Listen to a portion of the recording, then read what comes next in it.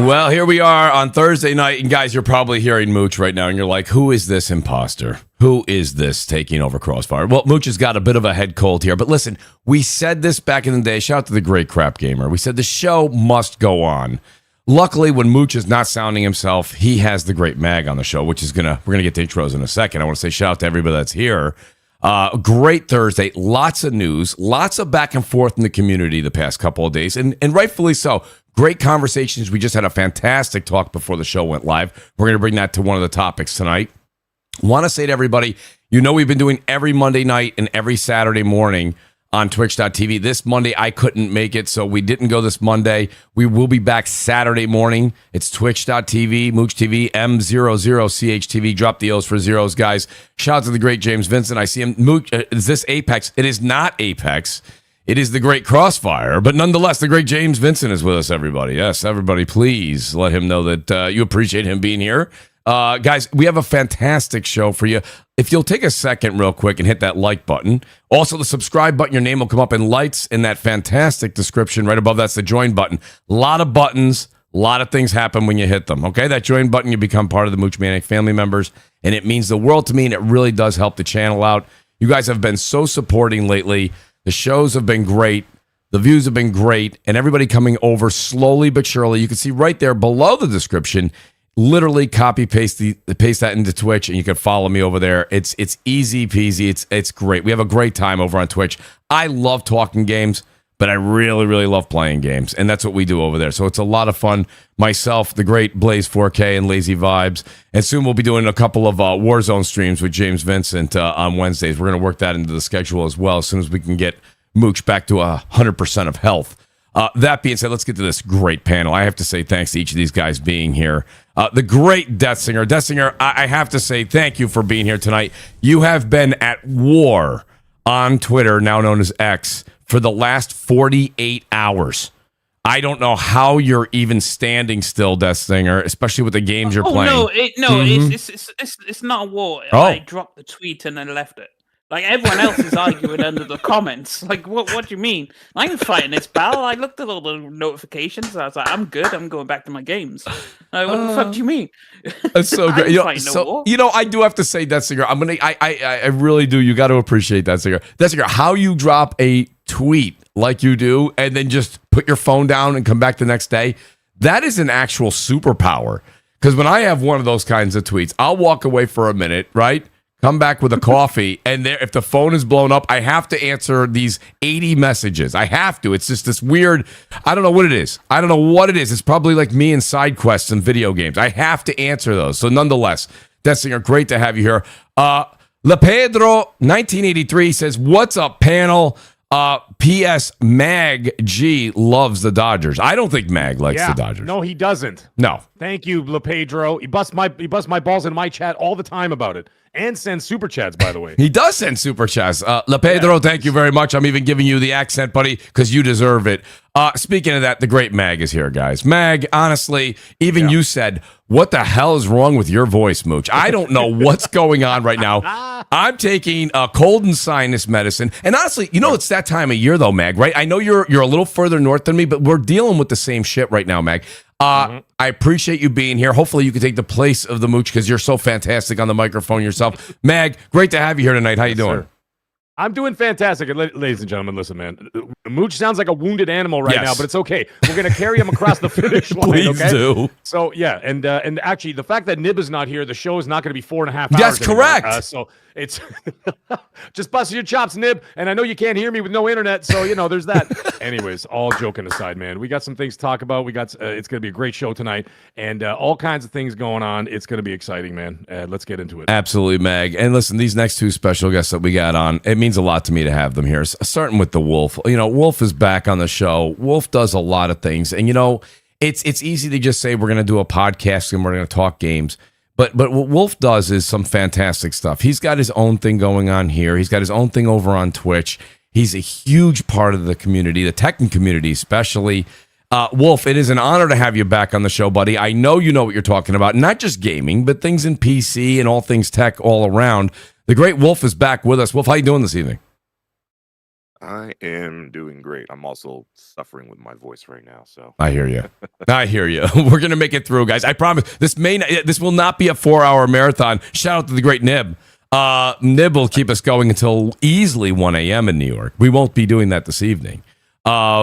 But yes, no, Wolf, great to have you here.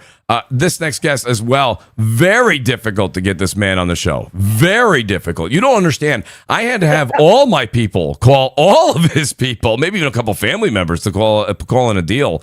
The great creative Kofi is back with us. Kofi, I know you stepped away from podcasting a bit just because duty calls, life calls, but we miss you out here in the airwaves, buddy. But great to have you here tonight. How you doing?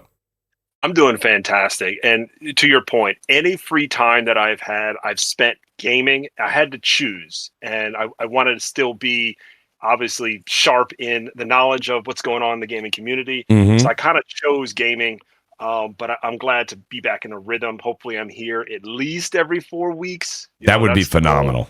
Listen, I got to be honest with you. I couldn't say thank you enough. Kofi, that is great to bring your expertise to the panel. It's mind blowing for me, and I know the audience appreciates it. And by the way, one of your comments, I think it's team leader 3135 said, Kofi, what language are those letters? So those are Japanese characters, and it basically says mobile suit. So it's a reference to the old school anime Gundam, but the reading is Kido Senshi.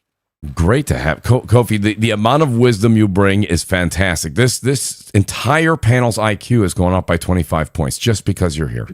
And we were already starting pretty high. Nonetheless, okay, here we go, guys. I'm going to go ahead and put the great Mag on the hot seat here because you know what? Listen, I don't frankly know how he does it. I don't understand. The man is a professional guru in the kitchen. He runs so many different things. And yet, what does he do? He streams 4 or 5 times a week, and he does a podcast of his own, and he also does one called on Monday nights. I don't know how he does it. But, Mag, listen, I'm going to ask you a question here, okay? And we're not going to spend too much time on it, but let's talk about Starfield for a minute. This was a big thing back in the day before we knew that Xbox was going to or not going to put Starfield as exclusive. Then Xbox came out and said exclusively Xbox and PC, and it really shut down the rumors. It shut everything down. But there was a lot of talk over the past couple of years, which you were involved with some of them, and you said, this thing is going to eventually hit PS5, okay? So here we are. I guess my question for you is, what do you think now that it is on PS5, and did it have the splash touchdown that a lot of people originally thought? A few people in the industry, in the media, are already saying it kind of poof, gone in the wind already, and it just launched on April 7th. Mag, what do you think of the whole situation? Is it because that Starfield 2.0 never really came to fruition, and it was just the DLC that came, and it wasn't all those updates that we were hearing rumors about? Well, I mean, my understanding is that there were updates that did come with it. I think it's called Fast Lanes or something. Yes. And then there was the Terran Armada DLC. Now, I am obviously famous for not only getting crapped on for the last 2 years, saying, by the way, they started development for the PS5, which when it finally happens, by the way, I just like to point out that all those people that did that literally disappeared back in their holes. I'm sure they'll be back out the next round when say something like, for example, the Blade situation. But anyways, that's a whole other conversation.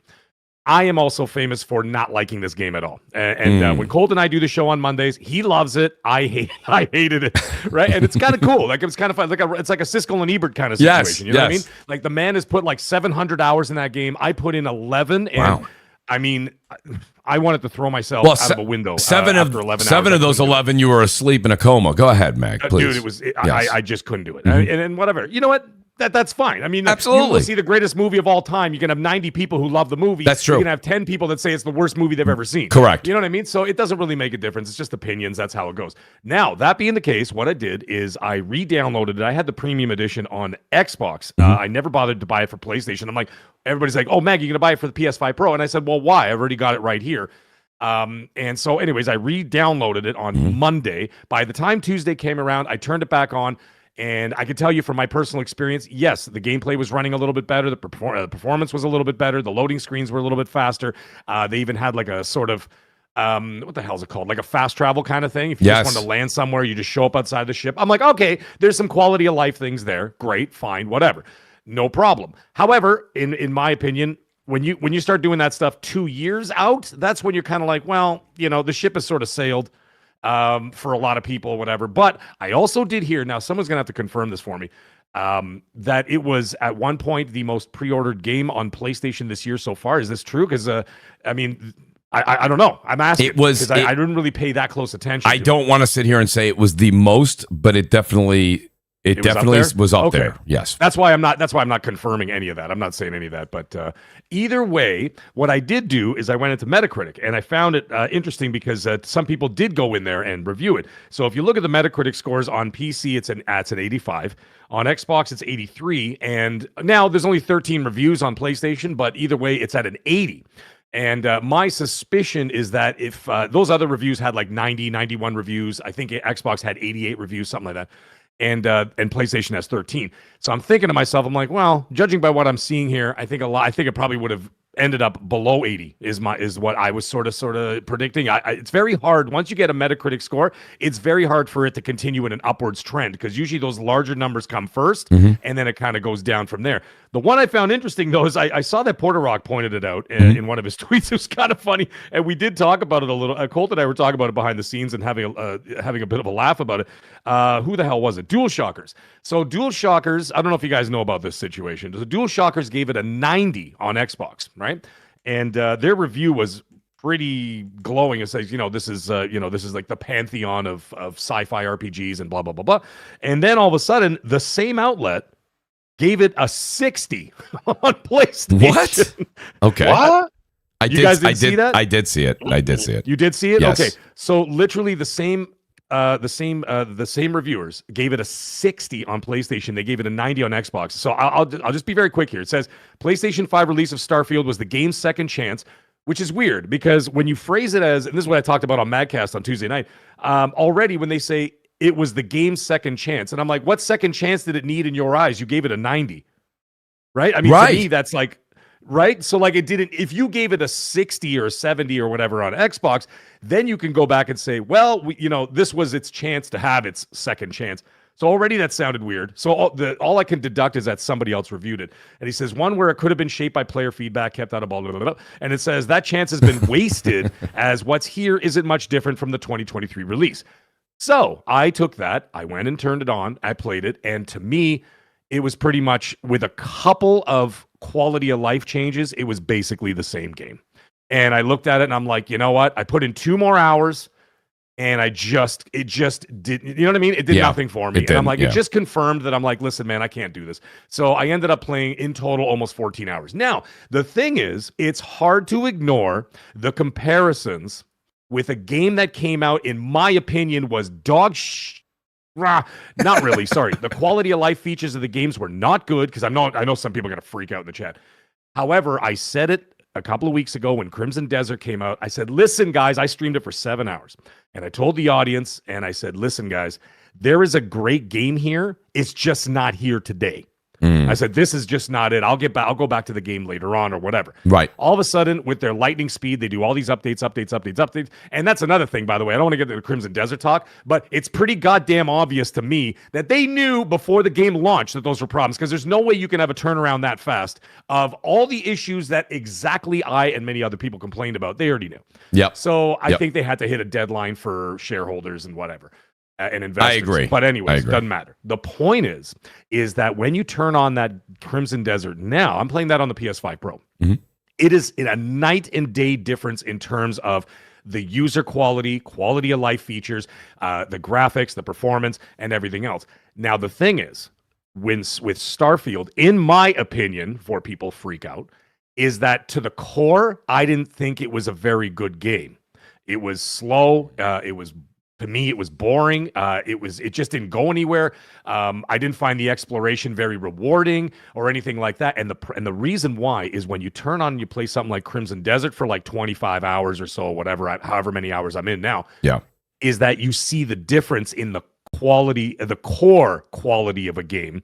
And when you do life improvements, it just brings that quality to the forefront. This one, to me, it didn't have that. It didn't have that core quality to it. It didn't have the same appeal, the same sense of wonder, even like the exploration, empty. To me, it was just hollow, right? And therefore, quality of life features weren't going to fix that game for me. And so it just reiterated that fact to me when I turned it on, Mhm. and I played it again on whatever it was, Tuesday. And I'm just like, man, this ain't. No. And then that's fine. That's fine. And you know what? There's going to be people freaking out and saying, Meg, you're crazy. I put 1,000. I have guys in my chat. One guy, I'm not kidding, put 832 friggin' hours in that game. My God. And I went to his profile to check, and he did. Oh, no, I believe it. It is unreal. So, like I said, beauty is in the eye of the beholder. It just ain't beautiful to me. Now, how well is it going to sell? With all the games that are coming up and all the games that have already come out at this point, I think a lot of attention, that's something I've said from the beginning. Sorry, I don't mean to be rambling on so long. But the thing is I'm finding interesting is that with a year like 2026, you can't even afford to trip once. This is a 100-yard dash. If you misstep once, you're going to get trampled by all the other huge games coming out this year. So you've got to be spot on. Yeah. And I think that the reason why the interest I think is dissipating so quickly is because there's so much either already out there or on the horizon of being out there. Now, specifically PlayStation. Sorry, go ahead. No, I was going to say I want to piggyback off that last statement. Go. That's the one thing that I think, I said this last week. I said, why didn't they, and listen, I'm sure it was a technological reason, but why didn't they get this game out earlier this year? You know what I mean? Outside of better in January. Yes, outside of RE9, they could have had one hell of an open playing field a bit there for a lot of the folks on PlayStation to go ahead and grab that and dump 40, 60, 80 hours into that. So, Wolf, let me ask Wolf a question here. Wolf, the reason I ask you is, and first of all, Wolf, let me ask you this. Have you played Starfield, whether it be prior or you're thinking about picking it up on PS5? So I did not play this initially when it came out. Wasn't going to buy a Series X just for it. I did get it for PS5 Pro. I got up into the part where you first have your first fight against like the pirates. Yep. I guess that's what you call them. Yep, that's right. So far, visually, the game looks pretty damn good. I don't know what it looked like on the Series X, when it first came out, or even PC, but pretty good to me. Combat is okay. It's nothing to write home about. A little bit mediocre in the combat. I think that's a kind of been for me personally a Bethesda thing, Wolf. But go ahead. That was one of my comments. Yeah, and I mean, I'm sure when I get to the big exploration part, that's something that I have patience for. So I don't know. We'll see. But so far, it's keeping me playing. Let me ask you this: so when Mag said quality, right now, some games I will put down immediately if I see it's not okay. Well, the thing about it, Wolf, is when Mag said quality of life coming with this updated version coming out on PS5. The one thing that I think that you're not going to update, and I know that Death Singer loves it, so I'm excited to hear what he thinks about this. But Wolf, my thing for you that I have a hard time with, and you're still early on, is sometimes it's a lot of the dialogue in the Bethesda games, and I think Bethesda fans that hear this are going to go, but that's the part I cherish, and for them, I'm happy for them, I really am. For me, it's one of the things that kind of takes me back, and it's the same. My one issue with Obsidian as well, and Obsidian is kind of like Bethesda's twin brother. It's one of those situations where it's like it's just the dialogue goes on and on and on. I'm gonna call you on that. I will have Death Singer's gonna. I will have to say something about that. I'm like, there's some parts I'm like, okay. I got it. Yeah. Shut up already. Yeah. Can I go? Can I go? Can I go play the game? I want to piggyback off one thing that he said as well. What Wolf said about the patience of a game.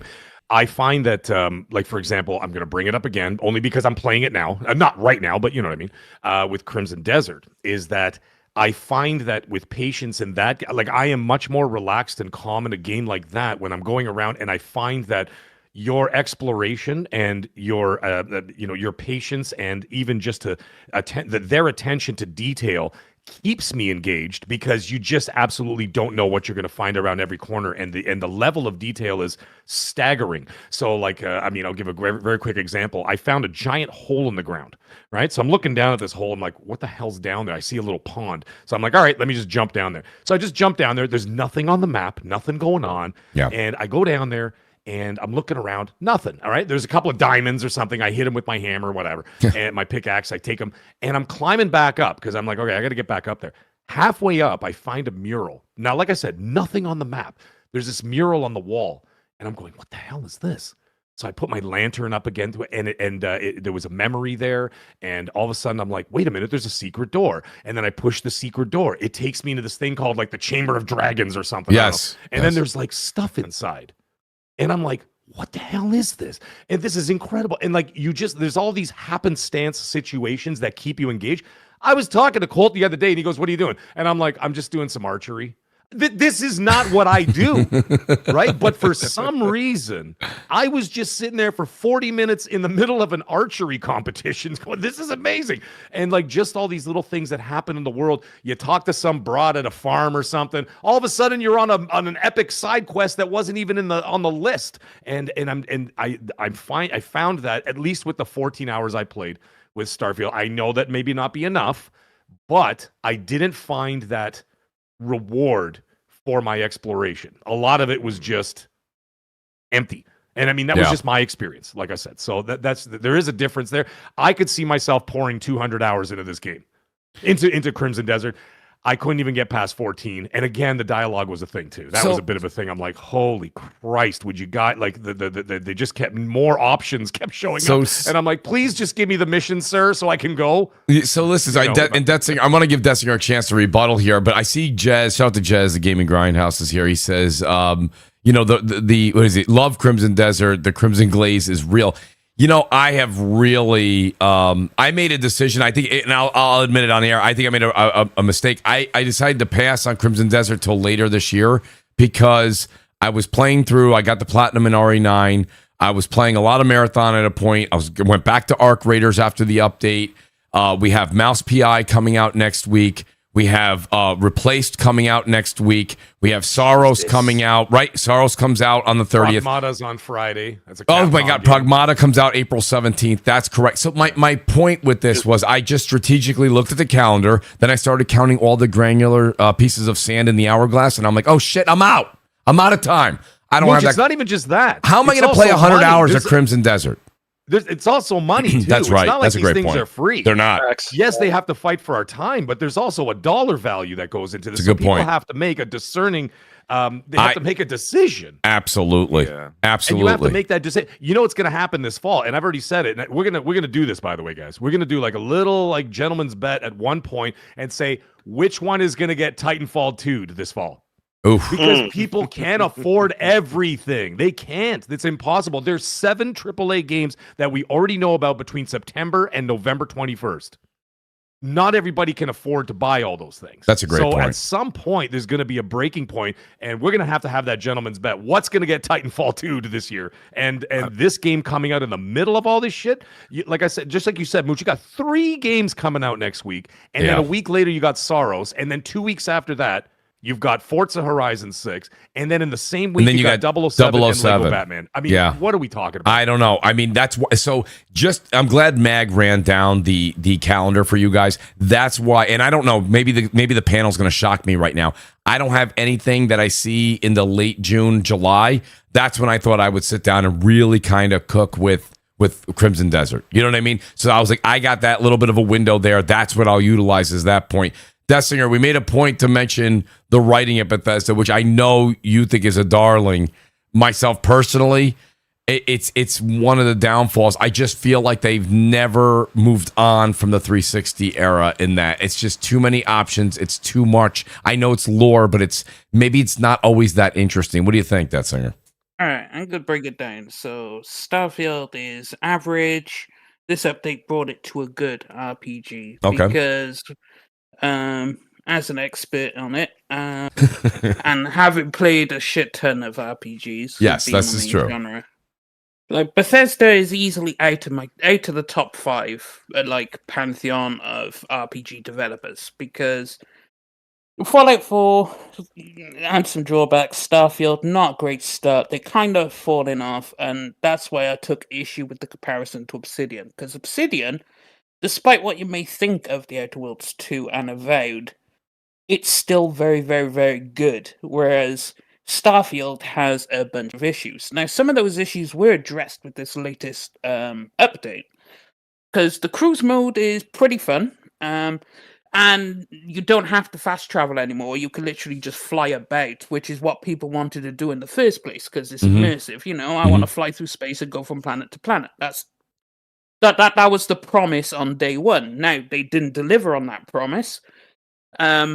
which is a staple in the industry. But it's like, I can't consider them a top 5 studio anymore because of just the trajectory they're going. And I don't think Elder Scrolls 6 will change it either because they just refuse to get rid of, one, the dog shit engine, but two, the bugs, the thing is still riddled with a lot of bugs. Like, they haven't solved the issues, and that's fundamentally, Bethesda is cute, the bugs, but like Skyrim eventually got fixed. And for example, the stuff they didn't fix, the shout out to the modding community, they fixed everything because there's like the universal Skyrim patch, right, which fixes like 6,000 things.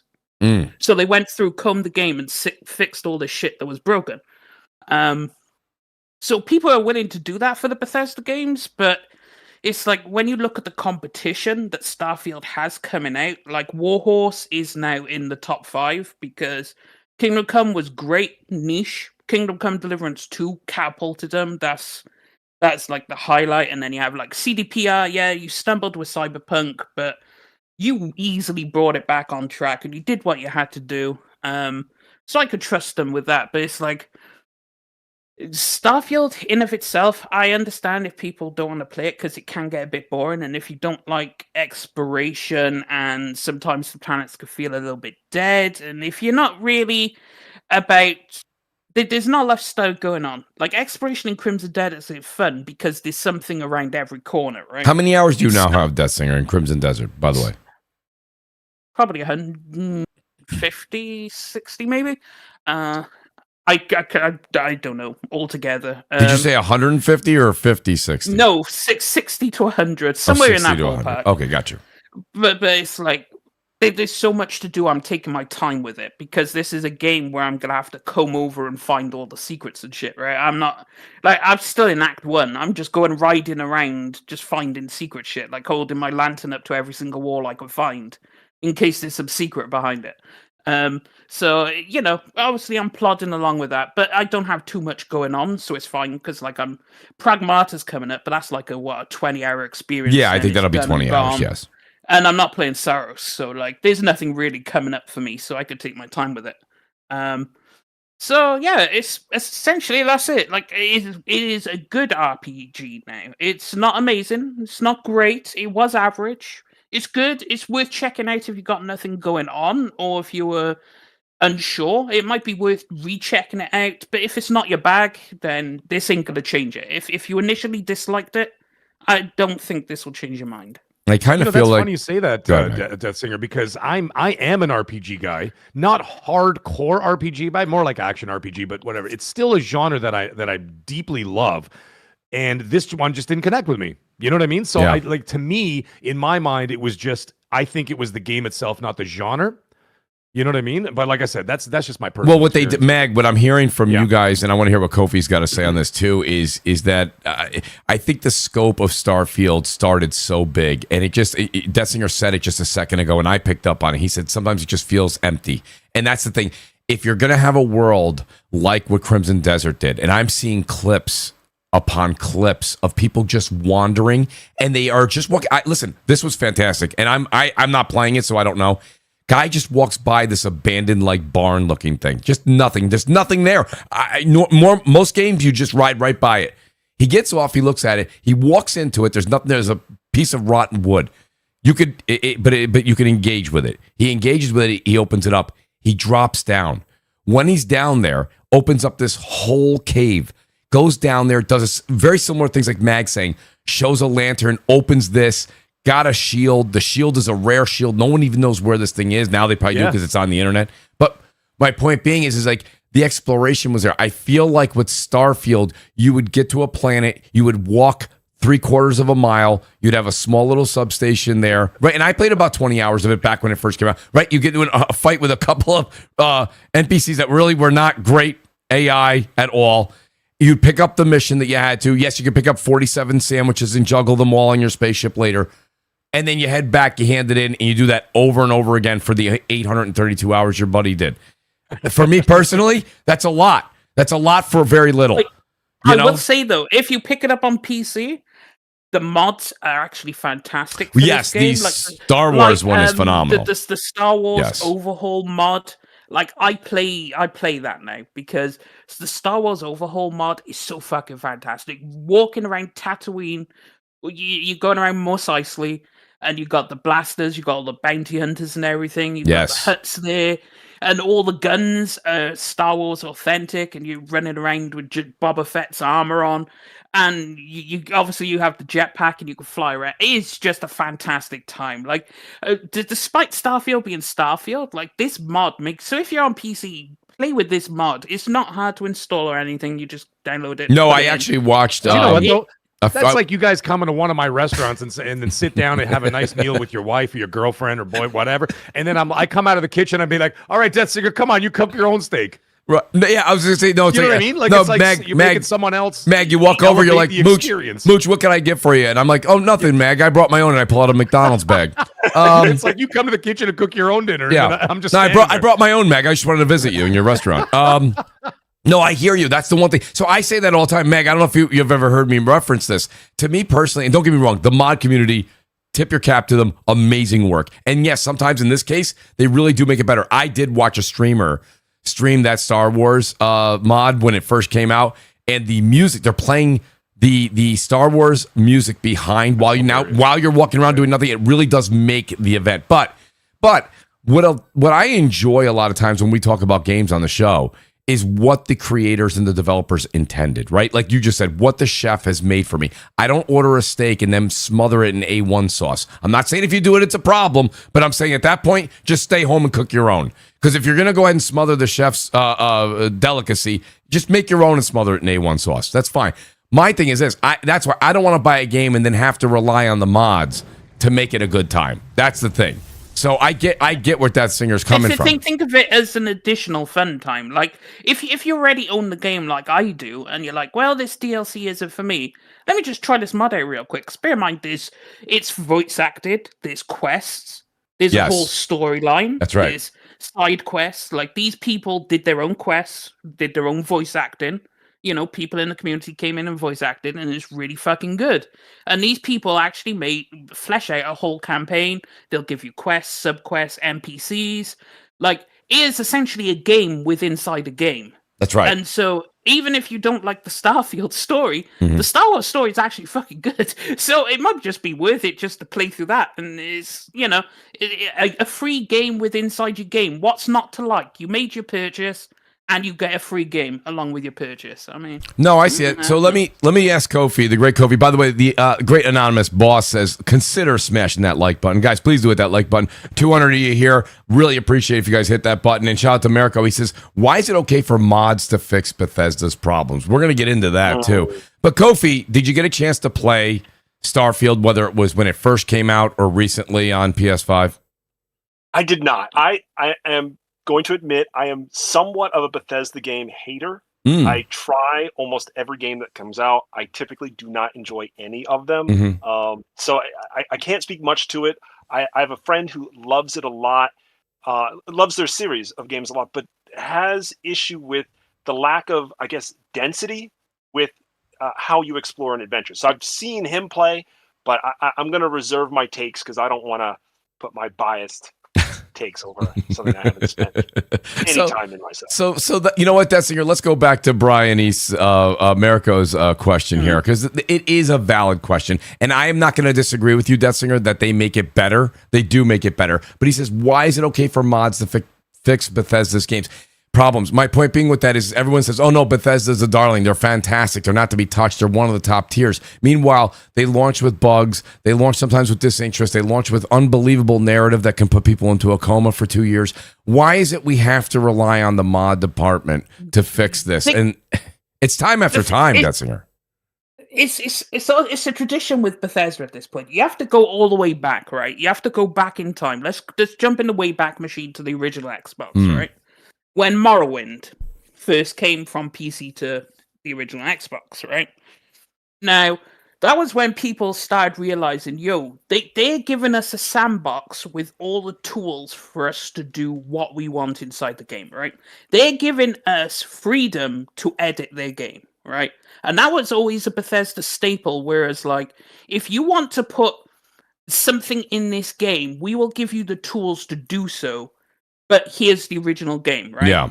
Then Oblivion happened, and then Oblivion, fantastic fucking game, super duper good. I'm so glad it got a great remaster, but it's like, the thing is, that also had the same thing. It was bugs and issues, and people were like, you know what, I'll just fix it myself. And the modding community has always done this. They'll do the fixes, and it's not altruistic. It's like someone sat there and was like, why is this here? Let me go fix this real quick. I understand coding. I understand how to do programming. Let me fix it myself. And then they make that free to everyone else in the community, right? Yes. So these people fix problems they run into. They get pissed off and they're like, fine, I'll do it myself. Then they get together and they release like entire patches essentially for the game, and then multiple creators will go together and go, right, let's throw all our mods into one thing, and then we could just have that as a single mod.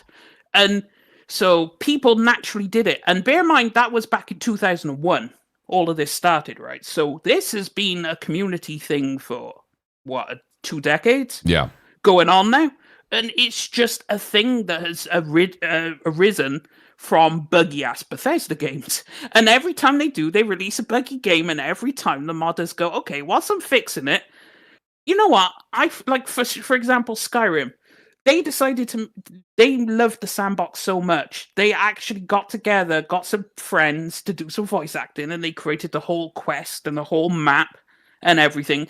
And these are just hobbyists at home who do coding in their spare time and whatnot, and they're like, yo, we're doing this. And with the Skyrim one, they made the mod so good that they actually got hired by Bethesda themselves because they did better than what Bethesda could do, which was fucking hilarious. That some no-name at home was able to do better than what these guys are paid ridiculous wages for. But that's another story. So it's always been a thing, and it has always been a thing with Bethesda. It's unique to Bethesda as well, because the modern community is unusually strong with Bethesda titles. Yeah. But that's because they purposely leave the tools there for you to do it. They when they ship the game, they go, do whatever the hell you want with it. So here's a question here's a question I have from the real Nate in the chat, and he's saying this to you, Deathinger, but the question will be for real Nate back, okay? He says, that's BS. I enjoyed Bethesda's older titles without mods, but I don't enjoy Starfield without mods. My question, and you can answer that in a second, Deathinger, if you want to, but my question for Nate is this, okay? That kind of goes back to what I was saying initially, Nate, is I think the charm of what you loved when you first played Skyrim, first played other games, from Bethesda that lured you in, I think that's worn off. I really, really do. And then Deathinger makes a good point. He's saying don't expect Elder Scrolls 6 to really change the formula much. So I agree with Deathinger on that. I just don't see starting with the engine and right through to their writing. I think it's just growing a little long in the tooth. And I think that people are starting to say, hey, without mods, I'm not going to really enjoy this. I like the world they've created, but the content inside the world has seemed empty and shallow. And the writing just doesn't pull people in like it used to. To your point, Mooch. Thing is, Bethesda games have got progressively worse, right? As to Nate's point, he preferred the older games. And most do when I talk to them. And that was when Bethesda was at their pinnacle. We're thinking Morrowind, goated RPG. Goated. I know it's really old, but it is always worth it because it is such a fantastic game. And then Oblivion comes out, fantastic game. Skyrim comes out, they've hit the peak. But Fallout New Vegas, that was Obsidian, so credit to Obsidian, not Bethesda, because fuck them. But Fallout 3 happened, and people were like, okay, yeah, this is good. Then you had Fallout 4, and this is where you see the decline, right? Because Fallout 4, it has a lot of good points, but it also has some horrendous writing. Right, and you could see the gaps, and then Starfield came out and they forgot basic features at launch. Like on PC, people had to mod in DLSS and FSR. They didn't even have it at launch. Basic shit. So they've just gotten progressively worse. And I think it's because the people there, like Todd Howard, who's got a stick up his ass, who thinks he's Kojima or something, it's like he's just too stubborn. It's too old of a studio, and they just haven't gotten around to changing it up much. So it's like, that's why when they say, oh, Elder Scrolls 6 is going to come along, I already know what to expect. Because it is led by the same team, the same writers. It's going to be the same shit. I can already, line for line, go through the game, and I know what I'm going to get, right? Yeah. I'm not expecting a big departure, because they're using the same shitty engine. They got the same writers. They got Todd Howard doing his whatever the fuck he's doing as the head of the studio. And this is a problem with Bethesda. I think Todd Howard needs to go. Someone new has to take the reins. That's me. Don't shoot me, whatever. But it's like they need to make some changes, and that's why you see the love Bethesda used to have has fallen away, because Bethesda now is like still stuck back in 2001. I think the same thing goes, and I know people aren't going to like this, but I think the next time we see something come from Obsidian, I need to see that next evolution. I need to see that next step, because I feel like Outer Worlds 2, yes, I know it rated well, but the sales didn't show that, and it just felt like it was very dated. Beautiful game, but it felt dated. And I think Obsidian and Bethesda need to take that next gradual that leap forward into 2026 and forward, because I just don't think they're going to capture that same audience. And we heard it with an 8. And we're hearing it with you, Detzinger, believe it or not. I just know that you happen to like RPG, so you'll invest time in it. But I really do think that it's losing a bit of the love you had for that at one point in time. Well, no, Obsidian is evolving more. And bear in mind, the Outer Worlds and Avowed are led by new leads. This is their first game. They're leading, right? Yes. The old heads of Bethesda are just advisors. They're not leading the projects, right? So it's the new generation taking over who have learned from them. So I expected something not to be quite up to par, because this is a new set of leaders. So given time, they'll catapult it to the next thing, because obviously the old heads who did like New Vegas, Pillars of Eternity, they're like, right, we're not going to touch it. You guys take the reins and we'll just give you some pointers. So it's because the guy who did Outer Worlds 2, that's his first ever game he's directed. And I think he did a fucking great job for the first game direction. So, I mean, the thing about and that's your every right to say what you just said. The thing about it is when you say, hey, he didn't do that bad for his first time, I agree. But the thing is, these games come out every 4 to 6 years, or 3 to 5 years if you're Obsidian. So my point being is it's a long time to wait to say, hey, could you do a little bit more? But they also addressed that. The lead also addressed that. He was like, they're shortening the pipeline on Obsidian games, because as he mentioned in his interview, he was like, our development times are too long. It is bloating the budgets. And he was talking about the industry in general, right? Right, yes. Timelines are too long. Budgets are getting bloated. We need to fix this situation. And the way to fix that situation is just reusing assets, reusing stuff from all the games, carry it forwards, do new stuff, but carry that shit forwards a couple of times. You don't need to make brand new assets every single game. And this is why you saw, look at the turnaround time from Spider-Man to Miles Morales to Spider-Man 2, right? Miles Morales used a lot of the assets the Spider-Man used. But that's how you could get games out that quickly, because you could just do the assets, make them sharper, make them look better.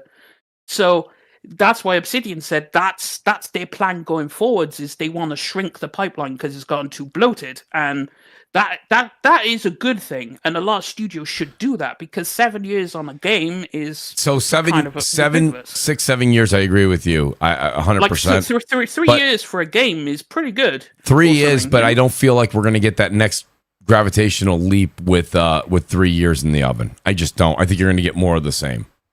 That's the problem I have with 3 years. I think 3 years is business sense, and I think the way the industry is going, the gentleman's words were spot on, and he wants to make sure his studio thrives. So he's very wise to do what he said. But I don't think that gives us that next wow factor. That's the problem I have with it. But time will tell. Time will tell. I do want to move on to the next subject here. So, Wolf, listen, Wolf, we started the show before the show talking about the whole Cyberpunk 2077 PS5 Pro, the enhanced ray tracing, the visuals. It's unbelievably stunning. PSSR 2.0 is really the real deal. Wolf, before we get into what we were talking about with Destinger, you were also going through a little bit of back and forth with some people on X, which I was enjoying reading. Wolf, what did you think from what you saw from Cyberpunk 2077? Are you now a believer in what PSSR is going to be giving the PlayStation consoles moving forward? Well, I was already a believer with Resident Evil Requiem. Yes, that's a great point. Yeah, what they've done with Cyberpunk compared to what it was at release, because I played it for PS4 and was promptly refunded after going through so many crashes. But yeah, this is a huge from what we initially got. And listen, I thought it was hilarious that videos were going around, and sorry to say it, PC guys were out here like, stop putting out PC footage. And I'm like, wait a minute. Wait. You think this is PC footage? I That's right. The last 24 hours have been hilarious. And it just shows that a lot of people, one, do not really know the difference by just looking at things, unless it's something very striking, right? Like the reflections and things when we first saw ray tracing, right? Yeah. That seeing that stuff, okay, yes, you can see the difference, but the fact that everything looked nice and people just assumed that was PC footage being shared around and it wasn't from the PS5 Pro, hilarious and very telling. But yeah, this looks phenomenal. I really want to get into this game now because I haven't really been able to. And I was like, okay, maybe we can try this week. And then I will go, oh crap, Pragmata comes out. Yep. And then Soros. Yep. And I'm like, I don't know how I'm going to do this. Well, that's it. And that listen, that sad tale you just said, Wolf, is the same sad tale that I have. That's the same reason Crimson Desert's taken a back seat. And that's why, honestly, I really did want to maybe go back in and try and see the updates that Starfield got. But I'm like, wait a minute. All I'm going to end up doing is kind of probably what Mag did.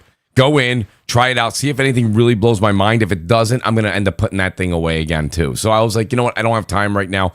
I do want to try to play either Replaced or the Mouse PI game. One of those is going to get a side piece of my time next week, and then Pragmata is going to get the majority of my time because I want to beat Pragmata, maybe even get the platinum on it before I move on to Soros. So I agree with you on that. Let me ask you this, Death Singer, you were going in and out too as well with Cyberpunk, going back and forth. The great Nib couldn't make it tonight, but he threw you into his collage of tweets. I'm sure you saw it. So what do you think, Death Singer? You made some great points before the show, but Wolf says what a lot of console gamers are thinking, and what a lot of casual gamers are thinking in general out there is, hey, listen, we're seeing unbelievable leaps in ray tracing, performance, and resolution visuals. Like at this point, I understand that you could sit there and make a great case for people that have a 4080 and up, but a lot of people don't have those cards, and this is looking pretty damn good for the future of console. It is looking good. Obviously, there's still the hardware limitations, but I think this is more of a credit to CDPR than it is the hardware.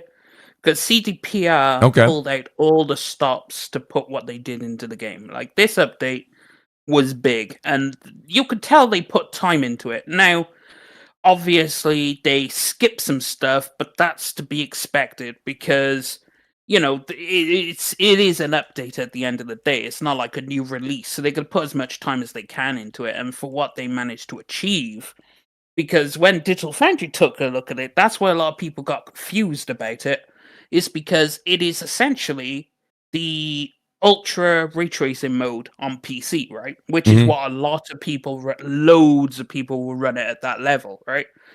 Because there's tons of graphics cards that could do the ultra ray tracing mode comfortably above 60 FPS.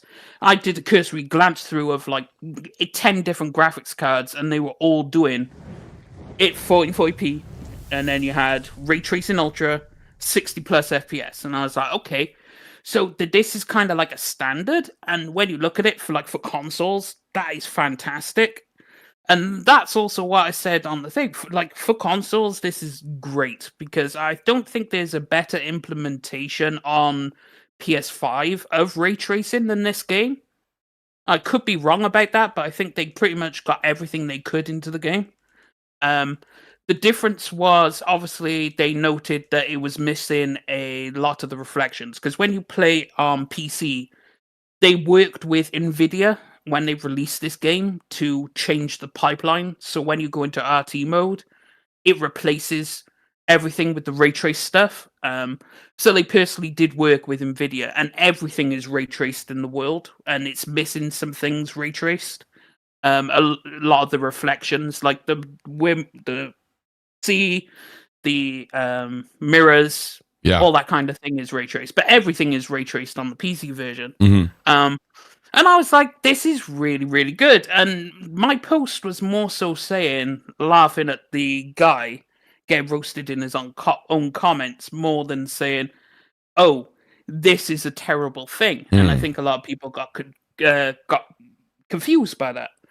But then as I explained to someone, I was like, the thing is, it's like, this is great for console, but then people pushed it further and was like, PlayStation 5, PC can never achieve this. And then it's like, you do understand there's also psycho mode, there's overdrive mode, then there's path tracing, there's levels to this game, and you are at the ultra ray trace level, which is a fantastic level for price to performance. So it's a fantastic update, and everyone should play this game, because Cyberpunk is... I played it day one.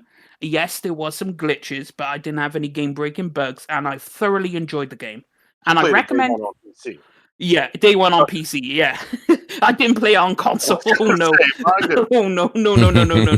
No, sir, no. Because I saw what happened on console. Yeah, that was rough. I saw what happened on console, and I felt sorry for everyone. That was a very... That's the thing. What a Cinderella story this really is, though, guys. Because, you know, Wolf, you said it. Kofi, you just mentioned it. That PS4 launch was so bad that Sony took it off the damn storefront. Yep, I mean, that's unfathomable. Now, listen, I ended up getting it. Shout out to the great. I don't know if you guys remember Fork Gaming. He was a fantastic guy. He was on Gaming Beyond the Box. Shout out to Wilmy as well.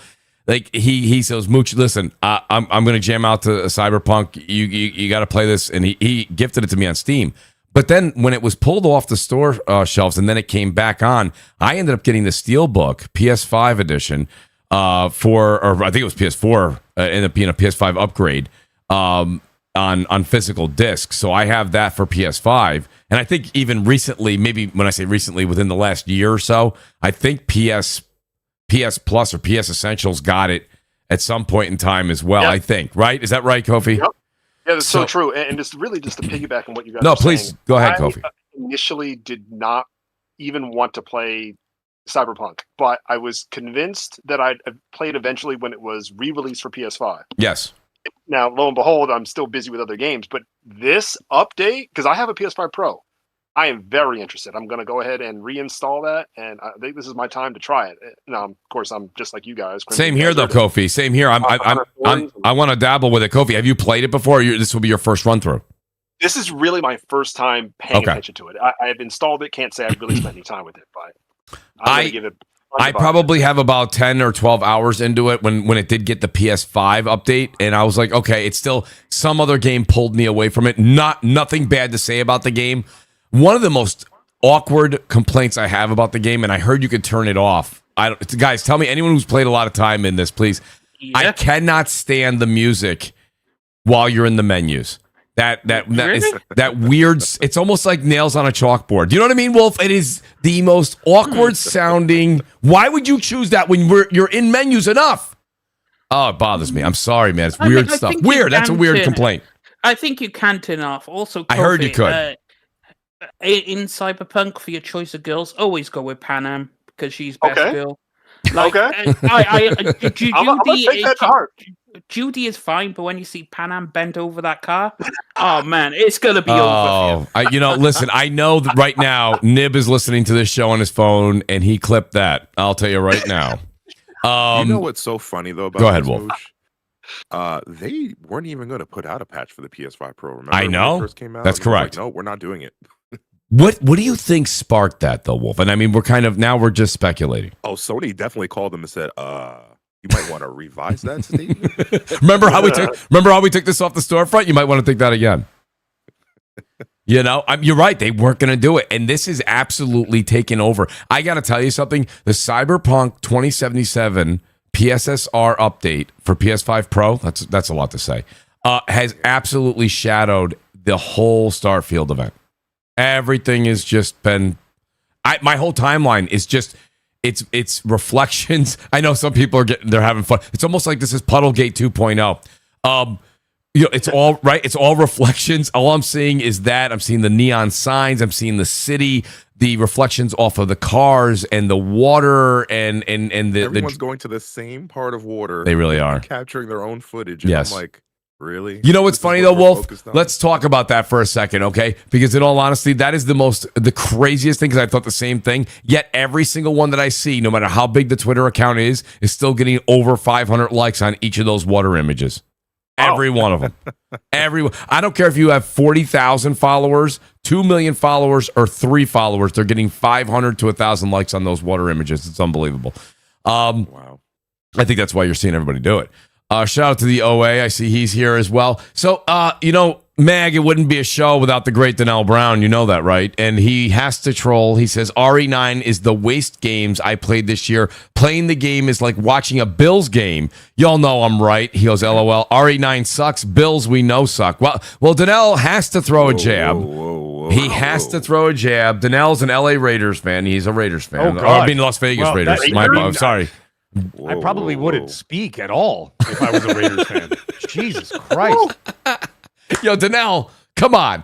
I wouldn't even show up and say that in person. That's like like when they were hunting Jesus on like Good Friday, and they were going around and like, "Are you one of the disciples of Christ?" That is exactly what you would do if you're a Raiders fan. They come around and go, "Are you a Raiders fan?" No, not me. Not me. Then, of course, it's written in the Bible says, God. And he denied knowing Jesus 3 times.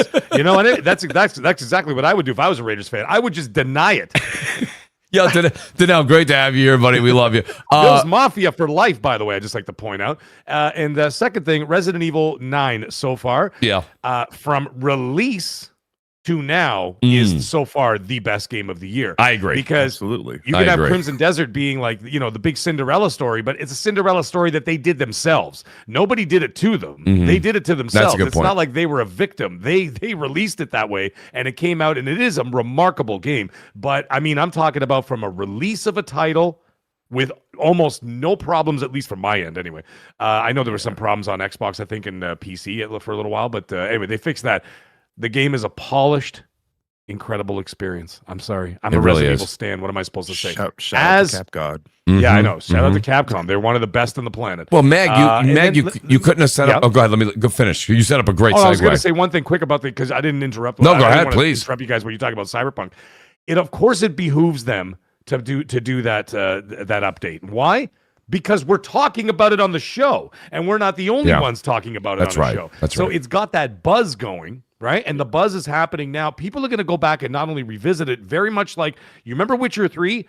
Like, people went back to Witcher 3 like 4 years later, and it became like the hottest selling like game after 4 years, 5 years. And they released all those DLCs. They had the Game of the Year edition where you can get all the DLCs at once. And of course, they did all those quality of life features and fixed everything else and the graphics and blah, blah, blah, blah. And they're doing the same thing with Cyberpunk. Me, I can't get back to it because I put 130 hours into Cyberpunk, finished the game, obviously. But the thing is, there are too many demands on the royal gamer, so to speak. You know what I'm saying? Yeah. We don't have time for this. I know. That's the problem. You know what I mean? So that's the problem. I mean, that's the problem. By the way, you guys want to talk about an update for the PS5 Pro? Turn on Alan Wake 2. Now, listen, Mag, I got to tell you something. We're gonna have to try and figure out if somehow you are a cousin of mine, because here's the deal. The minute we finished RE9 in the house, and I said this to shout out to Blaze 4K and Lazy 2, they couldn't believe it. Like, my whole family, I think, Mag, your family too, we love RE games, right? So whether I'm playing it, the family's around, they're playing it, we have a blast with it, right? My point being is the next game, so the whole family's like, what are you going to play next, Dad? What are you going to play next? And I said, you know what I'm going to do? because I got hit. Now listen, getting halfway too, through Alan halfway Wake through. 2 and then going back to start over is almost like game suicide. That is a long game, okay? And you can't just leave it and come back because you're always some psychedelic thing that Sam Lake put in, you don't remember, right? So listen, I said we're going to play Alan Wake 2 because I heard the PSSR 2 version is insane. Absolutely insane.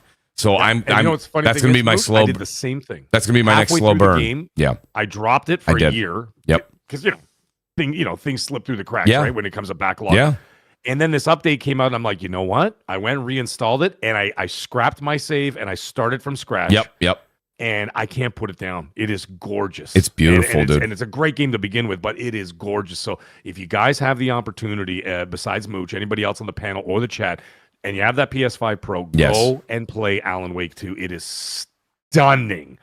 But again, let's get back to the subject at hand. Wolf, you got to do it too. Alan Wake 2 is not my bag, but one thing I wanted to point out, Mooch, for Cyberpunk is, right, disastrous launch, right? It surpassed Witcher 3 sale pace within the same 5-year post-release timeframe. So Did it really? That's impressive. It's sold faster than The Witcher 3. The Phantom Liberty has sold 10 million copies of the expansion on its own. And obviously by November 2025, it's 35 million plus copies sold. So it's like, considering the start it had to where it is now. Yes. Like, this is CDPR deserve, like, yeah, it was their fault it launched the way it did, but the way they turned that around is masterful. And The Witcher 3 is a go-to game, and that's why CDPR will always be up there. So yeah, CDPR is just one of those studios that always deserves all the recognition, even though they were the ones that fucked it up.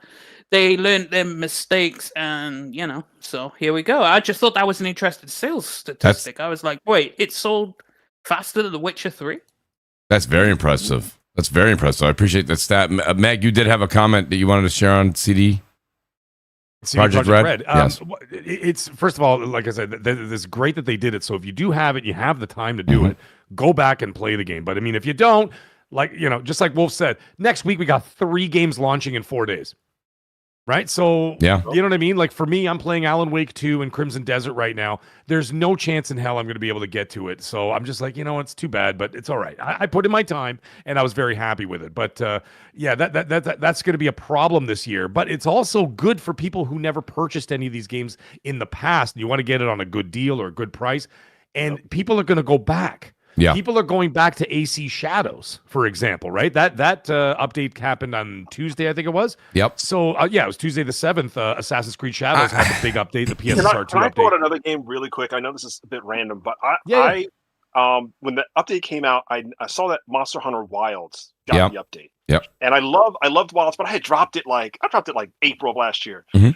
As soon as I installed it and saw that the environments were no longer this kind of washy mess. I don't know if you guys remember in the Scarlet Forest. It just, when you look up at the environment, it's just unimpressive on the standard PS5. But I got it installed, got back in the environment, and I have been playing Monster Hunter ever since, because there were 4 free updates since then. They even have a boss from Final Fantasy 14 that did a collaboration with Wilds. I mean, that's old news now, but I had never played that stuff, and I can't stop playing Wilds. It's so true that these updates will bring people back, and the lobbies are always full. I'm always seeing people doing different events. So, well, I'm glad it envelops you in the world. Right? I'm glad you guys and it sucks you in. Into the actual the atmosphere, the mood, the vibe, the whatever. It's the immersiveness of it. And I think that's has a lot to do with it. Again, Crimson Desert, they had tons of updates. And now if you play it, it is night and day difference, even in the graphics department. When I first played it, I'm like, what is this shit? Oh, you should have seen that 7-hour stream I did. I don't think I've said so many. I think Joe Pesci would have blushed with the amount of F words coming out of my mouth. And I'm playing this game and I'm going, what is this shimmering bullshit with these trees? Why is everything moving? I'm walking and flowers are popping up 1 foot in front of me, and I'm like, this is horrible. Bad lighting, bad. The draw distance was good, but everything else was just not good. And then you turn this thing on now, and even my wife walked by and she goes, "Oh my God, that's gorgeous. What is this?" And I'm like, "It's Crimson Desert or whatever." And so there's a difference. Yeah. And you know what it does? like I said, it envelops you into the situation. It adds to the immersion. And for people going back to play those games, like I said, it behooves the developer to do so because it can boost sales after the game has essentially, run its course in the store. And of course, Sony's going to love it because they're going to get that 30%. That's right. Well, look at the game the game that's on right now is the next iteration of Control. And hear me out, guys. What you guys are all saying right now, you're preaching right now because you're right. The same thing happened when Control got that PS5 update. That people went back to it. People platinumed it. People were playing it like mad. Unbelievable. And I do have to bring this point up because we have those games that we mentioned, right? And I did a little poll here, and I'm kind of shocked. It's kind of, I shouldn't be shocked. It's pretty even down there. I said, what game are you guys skipping this spring? Guys, still vote. I'll leave it up there while we talk about it. Mouse PI said Pragmata replaced Saros. That's kind of the four big names I'm hearing as we go into May.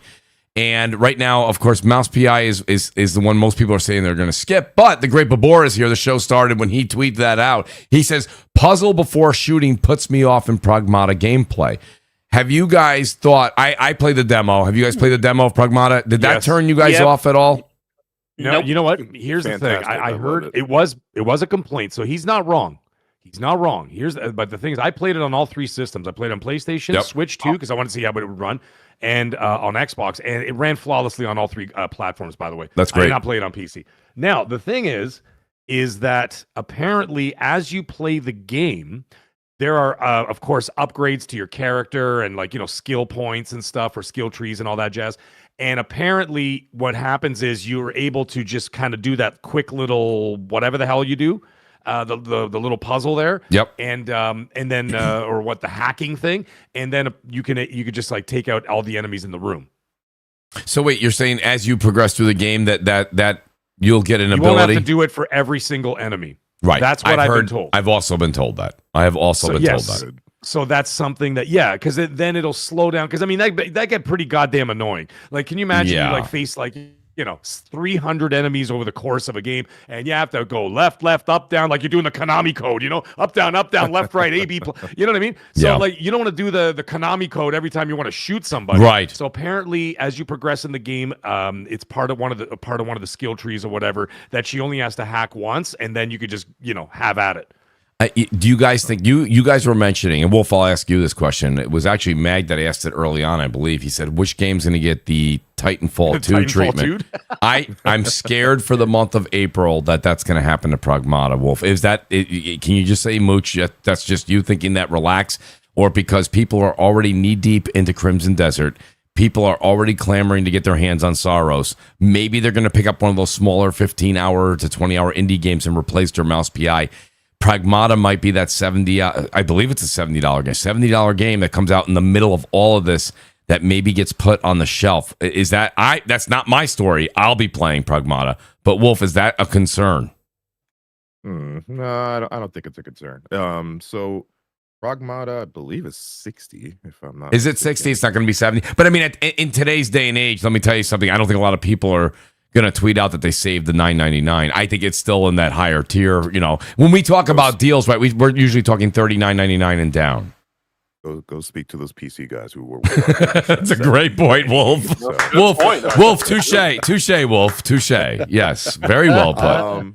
Very well put. No, yes, that was awesome. Listen, Capcom has had a very, very good track record for years now, ever since Resident Evil 7 saved them. Right. I don't see a Capcom game getting skipped over, especially if people like the demo. Right. The demo had a huge positive response. I agree. I mean, also, it got a lot of buzz. So you might have a Titanfall treatment, particularly on PlayStation, because obviously I can only speak for playing on PC. Obviously, Saros is coming out. And Capcom games are beloved on PC anyway, so Pragmata is going to do perfectly fine. Replaced will do fantastic as well, because it's like a lot of these indie AA games, they always do fantastic on Steam. So I'm expecting Replaced to do fine, Mouse PI to do fine, and I expect Pragmata to do fine, because they all got different audiences.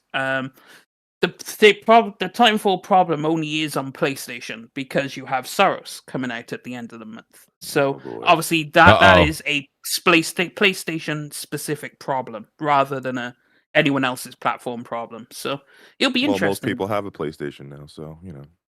Well, not most people. A small portion have. Yeah. I think I don't think I know where you're coming from with that now.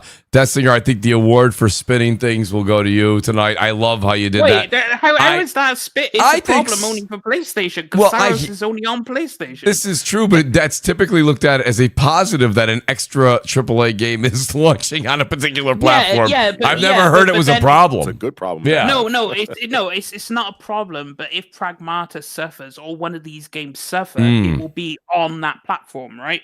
This Titanfall situation you're talking about, that will only occur on that platform because of those reasons. It won't occur on like a PC platform.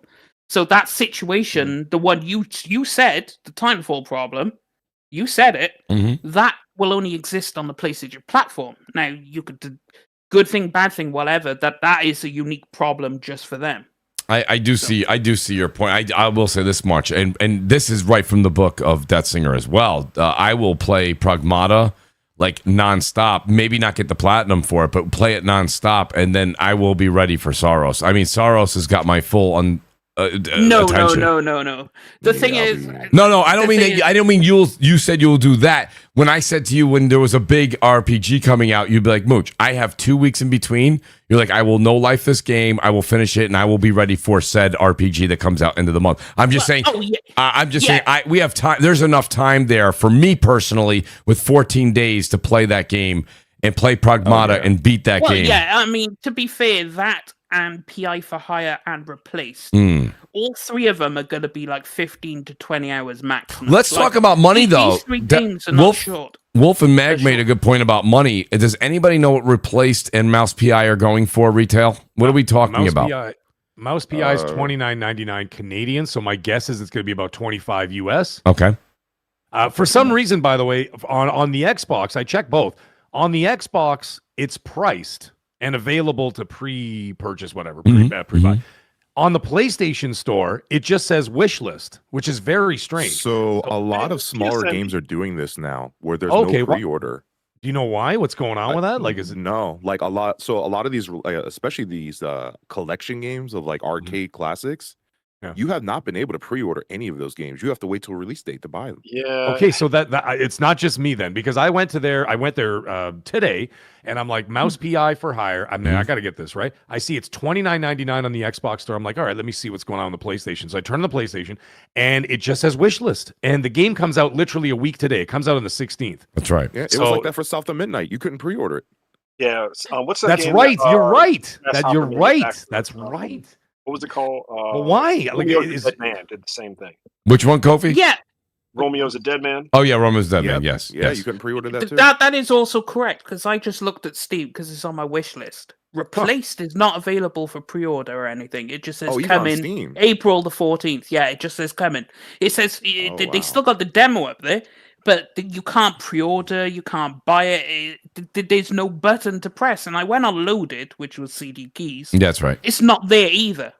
Oh, yeah. The Mouse PI isn't there either. The only game there is Pragmata out of those particular ones. Wow. So why is it on Xbox?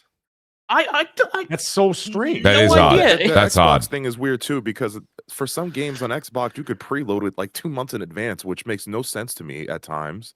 It's like, what are you just placing a placeholder on the hard drive and that's it?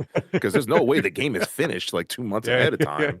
Like, it makes no sense how they do that. But it's just for their metrics, I think. Just so they know how many people actually purchased and downloaded before they, before anybody could like refund it or whatever, right? Because if you just pre-order it, that won't give you a proper metric as to how the game is doing. But if you've already got it preloaded on the hard drive, they're like, all right, well, they're locked in. Maybe, but it's really strange. The only platform then you can actually purchase it right now is on the Xbox. Now, did they show at an Xbox showcase? I'm just curious, like, if everybody knows. Like, did it show at one of their, like, partner directs or anything? Because I don't remember if it was Xbox or PlayStation it showed on. Well, Replaced, of course, was on Xbox because it's not going to be coming to PlayStation until later, or they haven't even announced that. Are you talking about Mouse PI? Mouse PI was shown Was that See, I at don't the, remember. was that the I Xbox think it show was or shown was on both. it a state of play? It was the Xbox show. I do believe. Yeah, I think wasn't it during the Summer Game Fest thing? Yeah. when Xbox Yeah, had a Yes. dedicated day? because they also said it's coming with Game Pass and whatever, and they put all that thing Yeah, up there. yeah. Mouse PI is also on there Game you- Pass. I know Replaced is, but I didn't think Mouse PI was. I Is think- it? No, I don't think Mouse PI is No, on Mouse. Game Pass. I don't it's a think so. purchase. Yeah, that's a purchase. So that maybe that explains it, because then I know Sony was doing that with Resident Evil. You remember that, guys? Like the last one, you couldn't pre-order it on Xbox, but Yes. you could pre-order it on PlayStation. So maybe this is part of the marketing deal. it might be. Yeah, Shout out maybe to it's maybe it's the publisher that just kind of. I think. Oh, before you go, Mooch. No, I no, just I'm looked not at changing I- subjects. Go ahead. I just looked at the Xbox store on Mhm, PC, like going through the Xbox Yes. app. You can't buy it there either. It says What? available. It says available in 4 days and 13 hours when it releases. So you can't buy it until the Oh, day, yeah, whether you're you right- go you're through right. Xbox store or Steam. You can't buy it now. You have to wait till it launches. Mm. I don't know. Even on their own store, But it didn't you even can't have the buy it on price. PC. Like even No, the PlayStation it doesn't didn't have even- the price. See, No, that's it messed doesn't have up. the price either. The Like- console does. It shows the price $29.99. Well, $29.99 for me. So I don't know about in the US or in the UK, but it certainly says here $29.99. I'm staring at it right now. Yeah. And it That's says gotta be it. $29.99 on Xbox on the console. But so now you're saying on the PC app it doesn't have it, Xbox doesn't have it, Steam doesn't have doesn't it. have it. Yep, If they you don't go on even have a Xbox's price up there. website, if you go on Xbox's website, That's the a price publisher isn't there. fumble. Wow. Well, wait, this goes a little further. Shout out to Wapzilla in the chat. He says can't pre-order Hades 2 either. So, and Yeah, that and Hades 2 is I think releasing, I that is believe. messed up. doing that. You know Set what's notes. funny? You know, and I know we got a couple of Nintendo. By the way, listen, guys, we don't talk a lot about Nintendo Switch on the show, but listen, I'll always be there for Nintendo. I grew up on Nintendo, so I'll be a sucker and buy anything Nintendo. I'm one of those people. That's fine. But I will say this: Hades 2 releasing on Nintendo Switch 2, and it being that timed exclusive and all that, and now it's on PS5 and Xbox soon. The entire wind is out of the sails.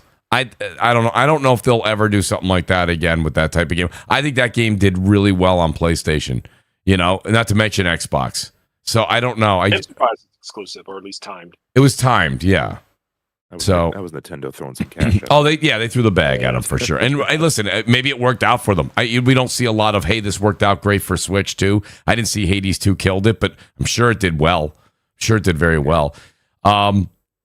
Yeah, so I think that is something that's very interesting. There was some other point I had too. Now I cannot remember what the hell it was. I'm trying to look up and down this entire chat. So Mouse PI, yeah, I guess. Well, listen, there's only so much time in the hourglass. I'm leaning towards playing Replaced over Mouse PI until, you know, Pragmata. They're only a day or two apart, but kind of just getting started on that.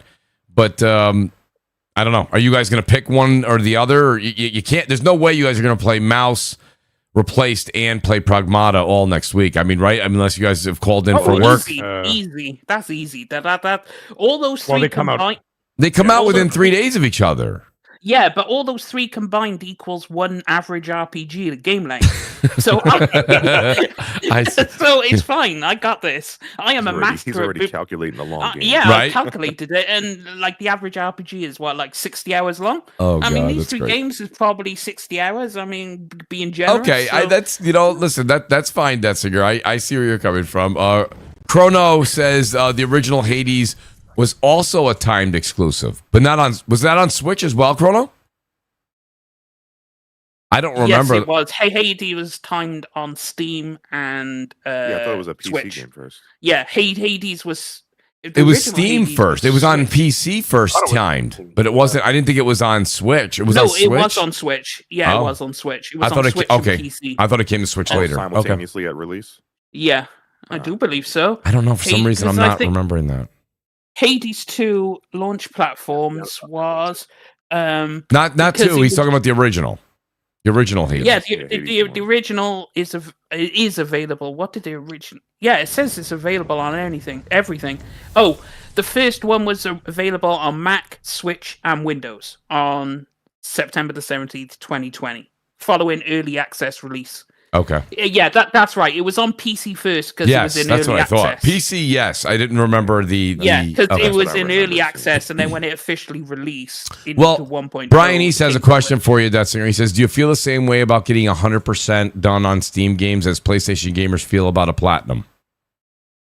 To be honest, no, because I just don't care about. So long as I beat the game and I enjoy what I've done, and I've if a game has multiple, I find that endings, fascinating.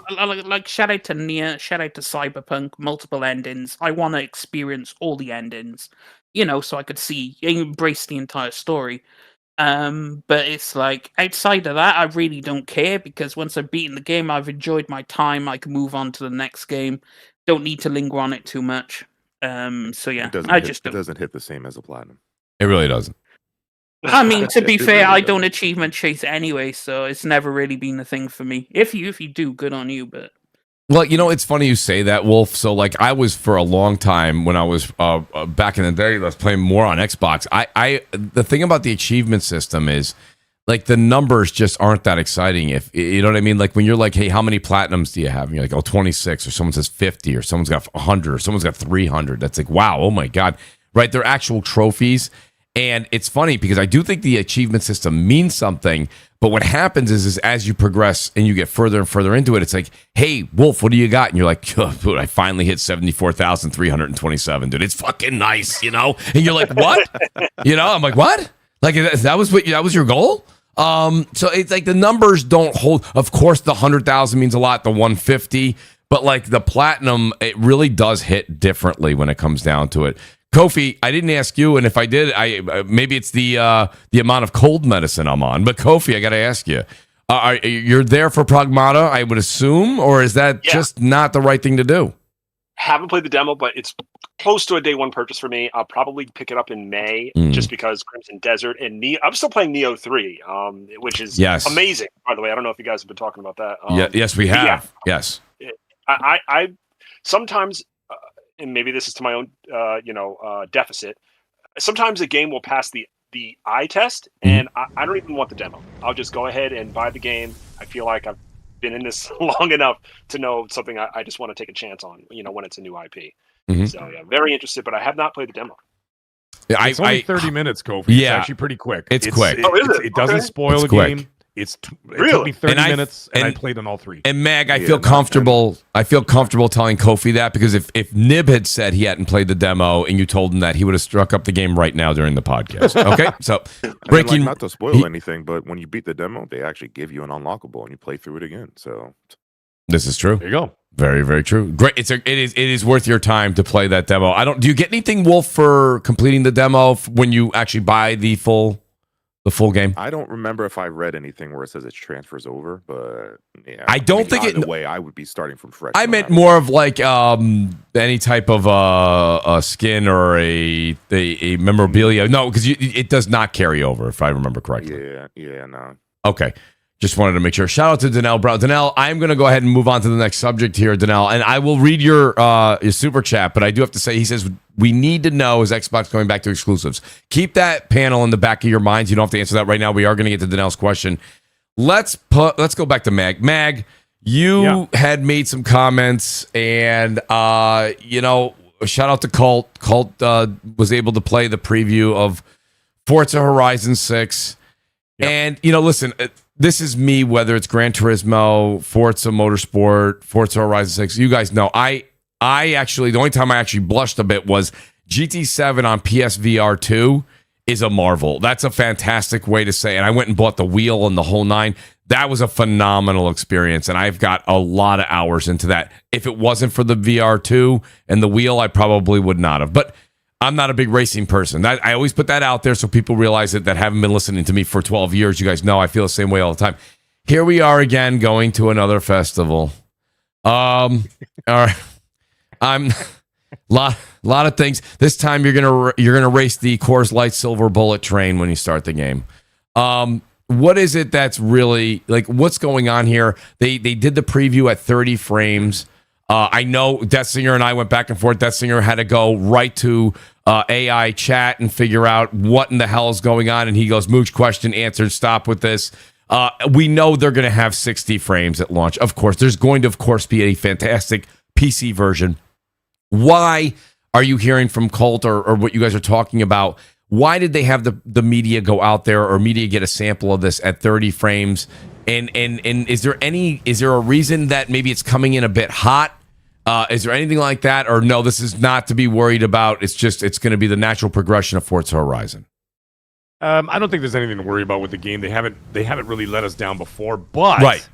I think that it's an optics mistake to launch it at 30. And that's the reason for that is because the people who did do the previews, including Colt, said they gave it to me at 30. And you could tell, like, even the way he said it, like, he wasn't really happy about the situation. I know why they did it. They did it so that it would look optimal for the previews, whatever. So when people post it on social media, whatever, and they're looking at it and they're going, "Oh wow, that looks gorgeous."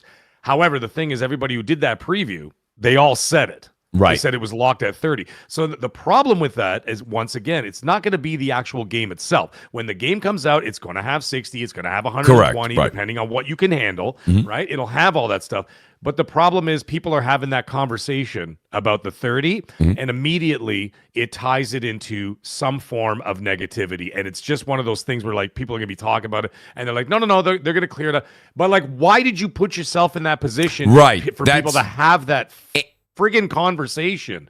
So, like, it's like you could have avoided the conversation entirely, and it would have been a nothing burger. Not just that, given them at a 60. But the game at 60, everybody and their parents have said through this entire generation, Forza Horizon 5, Xbox Series is best game, blah, blah, blah, this and that. And then when they show the footage, we always see that footage at 60, right? So, and it looks just as good. So why the narrative? Why even put that out there in the press? That was my thing.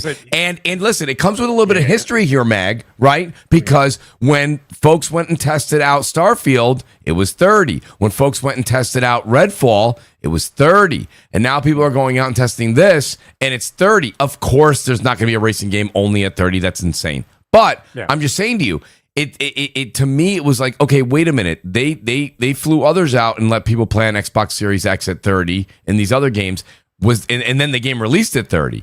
There's no concern. This game is definitely having 60 at launch, and it is going to be knockout, right? It's going to have a 60 FPS. Yeah, there's no question. There's a performance mode on it, even on the Series S. Obviously, other things will suffer as a result in terms of graphics or whatever. There'll obviously be no ray tracing on the Series S, but no, the Series X will have performance mode in 60 FPS. But that's not the issue.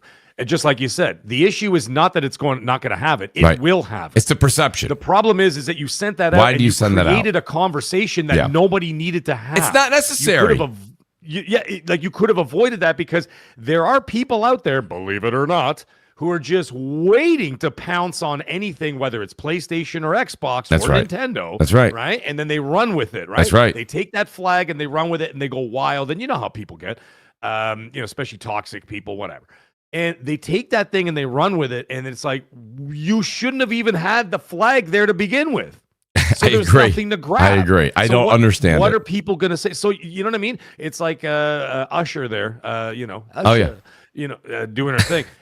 Speaking of achievements, by the way, did you see the big update that Phil's, he announced like 9 years ago? I'm overhauling the achievements, and didn't do fuck all. Right. Well, she did. Right. She did implement it. Did you see it today? I did. There's going to be like badges and all kinds of stuff, and then they're going to be adding other things in the future that actually differentiate if you've got the 1,000 out of 1,000 achievements as opposed to the DLC. Because you know me, Mooch, when I was chasing actual achievements, I was almost at 400,000 achievement points. That's right. And I was so pissed off every time that I got to a DLC and my 100% turned into a 73. Right. Right. And I'm like, what the fuck is it? Like show that I got the 1,000. You know what I'm saying? That's right. That's like, at least with the PlayStation. You get a platinum. When you get a platinum, even if the DLC has more trophies, it still shows 54%, but I got a platinum. You got a platinum. People don't care. They see the platinum. It shows that I put in the work for the base game. I got all the trophies, whatever. Right. So I said for Xbox, make a medal. Like gold medal or something. Gold medal shows that you got it. Like, how friggin' hard could that possibly be to program? Right. So I figured do something like that. However, she's doing something about it. At least her team is. So you've got all this positive buzz going on. You know, there's other things I'm sure we'll talk about a little bit later. So there's buzz going on, and then you come and do this. And then, like I said, all you did was provide an opportunity for people who love to do their thing, the trolling stuff, and of course the negativity on social media sells clicks. We all know how that goes. Absolutely. And you offered them the ball. Right. You know what I mean? Like, it's like, here you go. Here's the 30 FPS ball. Go run to the end zone. Because now you're going to get these people are just going to run with it. And like, listen, we all know it's going to have 60. We know it's going to perform incredibly well. It's going to be gorgeous. It's going to sell well on Xbox and PlayStation later on. It's all going to do those things.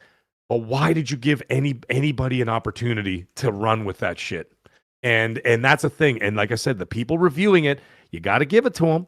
Every last person said something instead of just being, slobbering on the knob of whoever flew them out of this and that. They all said, I was disappointed that I had to play at 30. Right. So they did say that, and you got to give them kudos for that, for saying it. But now, like I said, you've created a mountain out of a molehill that could have been completely avoided.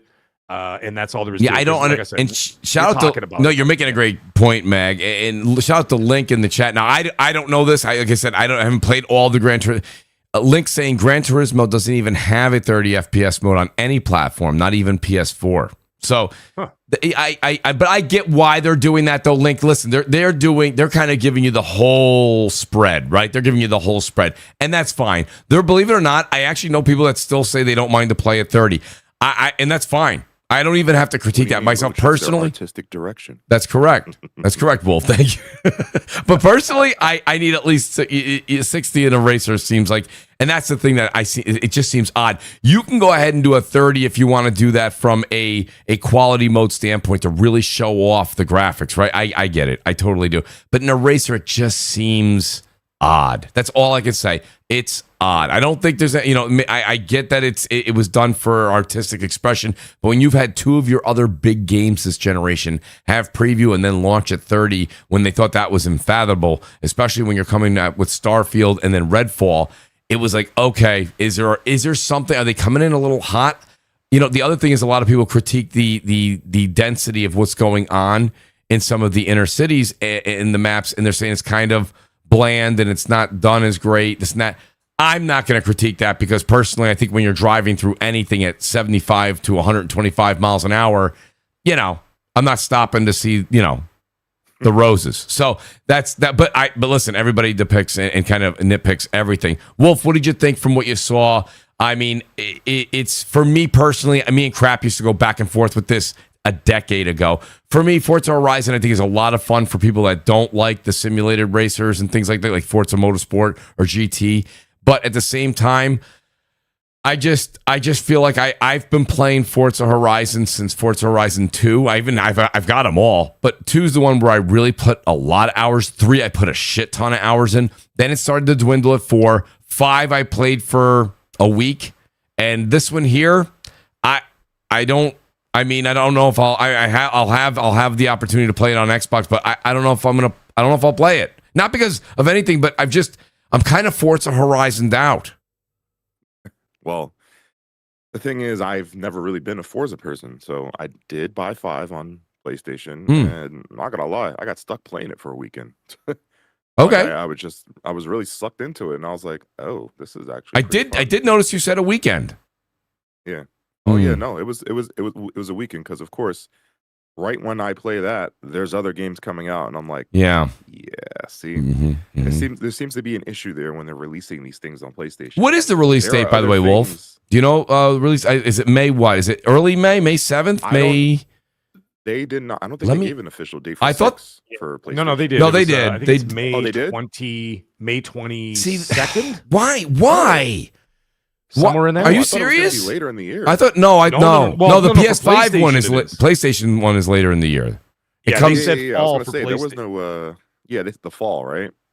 Fall, I believe they said fall or Xbox. Which is also madness for a PlayStation player specifically, right? Because like you've got Phantom Blade 0 and Wolverine, like 4 days later or whatever the hell it is, and then you've got Call of Duty Modern Warfare 4, which is going to sell well regardless of what happens with 7. Absolutely.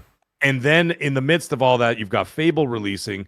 And that's probably going to be... What do you think? Do you think that'll be... technically it said autumn, which, you know, in the States, that's going to be, you know, that's after September 21st. All of these publishers have to be hitting up Rockstar and be like, we're safe, right? Like, we can release our games before. They do have those conversations. Oh, absolutely. They do have those conversations. They have to. Yeah, they're pretty open about it behind closed doors. But yeah, May 19th for Xbox and PC, by the way. Okay. So I'm just saying once again. I would suspect maybe October if they're smart about it. Even because you know that they're going to move up Call of Duty. Call of Duty is going to move up a month to stay away from GTA 6. And I know people are going to say, "Oh, Mag, that doesn't make any sense. One's an open world game, one's a shooter." It's the same crowd of people. You know what I mean? It's like the Call of Duty people are the GTA people. It's going to be the same crowd of people playing those games. So it's all about attention and money. So one of them, they're probably going to put Call of Duty in October, from what I've heard, and then give it some time to breathe before November hits, and then of course, forget it. Then GTA is going to take over. Pretty much everybody's. I would have liked to have seen Forza come out because, like Death Singer said, when we're talking about divvying up time with games, I would have been able to very easily enjoyed my main squeeze being Soros, right? And then if there was a I'm not looking at a calendar, folks, but a May 7th release or May 10th release for Forza, that would be fun to play in between, to kind of be like that sorbet between the. Between your, a palate cleanser and enjoy that. Because here's the problem with did you look it up, Mag? Did you see when Forza's coming? It's May what? Well, May 19th for Xbox and PC. But the thing is, like that's not a game where but you have to get 007 invested in the story. No, you could play a couple of races, drop it, come back to it another time. Absolutely. Yeah, but 007 comes out the 26th or the 27th, and like that's a game that I'm really looking forward to. Batman the same week. Right. I always give credit where credit's due. That looks like it's going to be absolutely phenomenal, but I will tell you, I'm probably going to pass on the Lego game myself personally. But that's me. That's a me problem. I'm because the Batman one? Yeah. Yeah, the Legacy of the Dark Knight. It looks fantastic, but I'm going to pass. Play that one. And that comes out 3 days, I think 2 or 3 days in between 007. Right. And I mean, and Forza. Me personally, I'm not really worried about that. Because the only game I'm looking for in May is Forza. That's the only game in May for me. So, like, I got the whole month, and I play all the Forza Horizons, and I absolutely adore them. And being able to just explore Japan, set up my house, jump in the convoy with the boys, and just race online, jump around, just check out Tokyo, because it looks really fucking good. And bear in mind, a lot of the footage is, like, compressed footage. And obviously, they haven't shown the PC version, which is the version I'll be playing with all the bells and whistles. So there it is. Like the ray tracing will be on. This is going to be an experience. So, of course, it's going to look really fucking beautiful. Forza Horizon 5 looked beautiful. 4 looked beautiful. So I expect exactly the same. That's why when I messaged you, I'm not worried about Playground and Forza Horizon. I know there'll be a 60 FPS. Absolutely. They won't make a 30. They won't. It's not in their DNA. Every game they've made is. Oh, you don't think they're gonna have a quality? I think they'll have a quality. They'll have a quality, but that's like only on console and obviously 30 FPS, but again, hardware limitations. But it's like that's why I told you, don't worry about it. Trust Playground. Playground are really good with their Horizon games. Oh no! I don't think anybody's worried about it. We were joking. Optics. No, Mag, me and Death were going back and forth yesterday. Opened the door for like a lot of trolls. That's the thing. That's what I said, and that's what I said to Death Singer. I said, yeah, you got to ask the question, because I said, here it is. A bunch of people said it. A bunch of gaming media were like. And not just that, Megan, we're kind of cutting it short a little bit. I watched a lot of people who got a chance to play the preview, and they said it wasn't just the 30 frames. They said there was a lot of options that were also not allowed to access. They weren't allowed to do a few different things. The only thing they said that was really, really great was that they didn't limit was the map. You could go wherever you wanted to go. They didn't say you were limited to certain areas. They said the map was huge and we can go wherever we wanted to go. But there were certain things in the game that you can do that were also limited in the options. And they thought that was weird. And I was like, that's a lot to, like, the game's only coming out in a month. It's like, you can't be like, well, Mooch, they're not going to show you that because, bro, it's 6 months away. They're still working on it. I got it.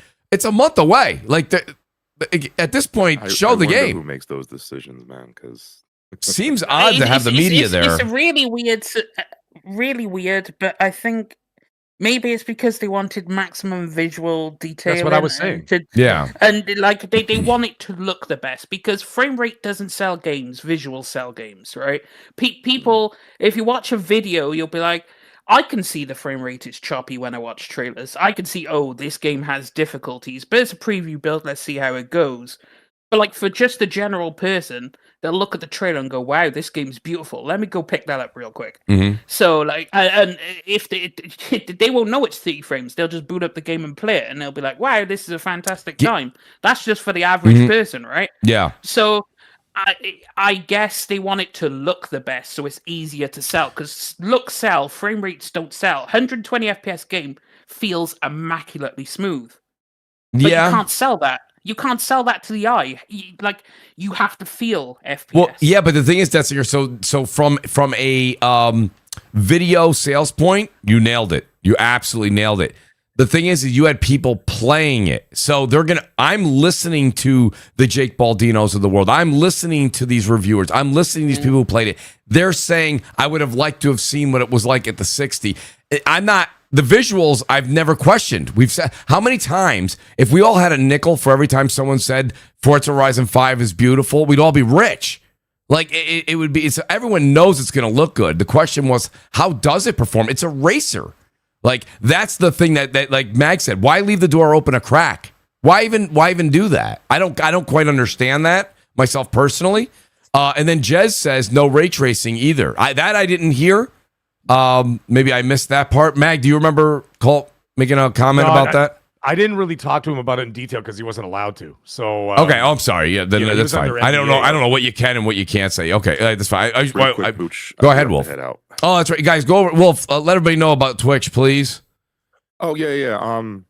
I mean, you guys, you can follow me on Twitter, Wolfgang Mishima. Same thing for Twitter and YouTube. Name is the same, but I'm streaming both on YouTube and Twitch. So, yo, time flew tonight, Wolf. I forgot you had to leave. Shoot, I was like, damn. Yeah. No, it's okay. Yeah, if you're a wrestling fan, I do a wrestling show every Thursday. I try to. Other than that, it's mostly gaming stuff. So. Well, I appreciate you being here, Wolf. Hopefully we can get you back on here, and hopefully you move your Twitch streams to Friday night. What? Anyway, so we can have you from... Who said that? Guys, keep it down. We want Wolf to come back. Wolf, we love you, buddy. Keep up the good work, and I will be seeing you over on Twitch very soon. All right. Thank you very much, man. Appreciate you. Thank you so much, brother. Appreciate it, Wolf. All right. So let me ask you a question. Go ahead, Dessinger. Oh, I was just seeing in the chat. Thing is, 60 FPS should be the base standard, but devs want to push visuals over frame rates on console. PC, you don't have the limitation because you have you could customize the game as you wish. So, like, you could turn down settings to get your desired frame rate. Like, you could custom console. You don't have that choice. The devs will give you some modes, and that is what you got. You can't deviate from that. So, of course, then you have to deal with it's a closed box. You can't upgrade the hardware. So if they go, I want to put ray tracing this, ray tracing that, this, that, you have to compromise. So where do you compromise? Well, if you want your visual details to be amazing, you drop that FPS. Right. Then you turn off those features. You have your 60 FPS mode. So, of course, you have to make a compromise. So, of course, you'll always have it. PS6 will remedy this situation because the hardware will be good enough where 30 FPS should no longer be if 30 FPS is still a thing on these next consoles, the devs are just garbage at that point. So, because they have the hardware to get 60 minimum on everything. So I think you're just gonna have to deal with it until the next generation arrives. I think you know that great meme that's out there on Twitter where it's like it's the Scooby Doo and it pulls the mask off. I think we have Dessinger, and if you pull the mask off, it's Gabe Newell. I'm almost positive that there's something. Hey man, Gabe is he treats me incredibly. I was gonna say you're gonna be refunds on point. He's so excited. All the features people have to pay for. I get free. Absolutely love. He treats me like a king. Sales man. He treats me like I'm his own son. So listen, Dessinger, I can't get it off of it. I love it. So shout out to T Rock with the super chat.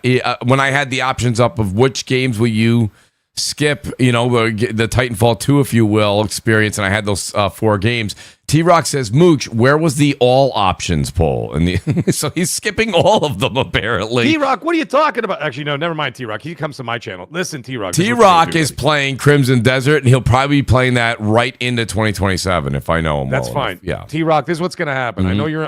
He's one of the maggots too, so he's always out there for my streams and whatever. T-Rock's phenomenal. So guess what, T-Rock? This is what you're going to do. You're going to buy none of them. This is going for everybody in the chat, by the way.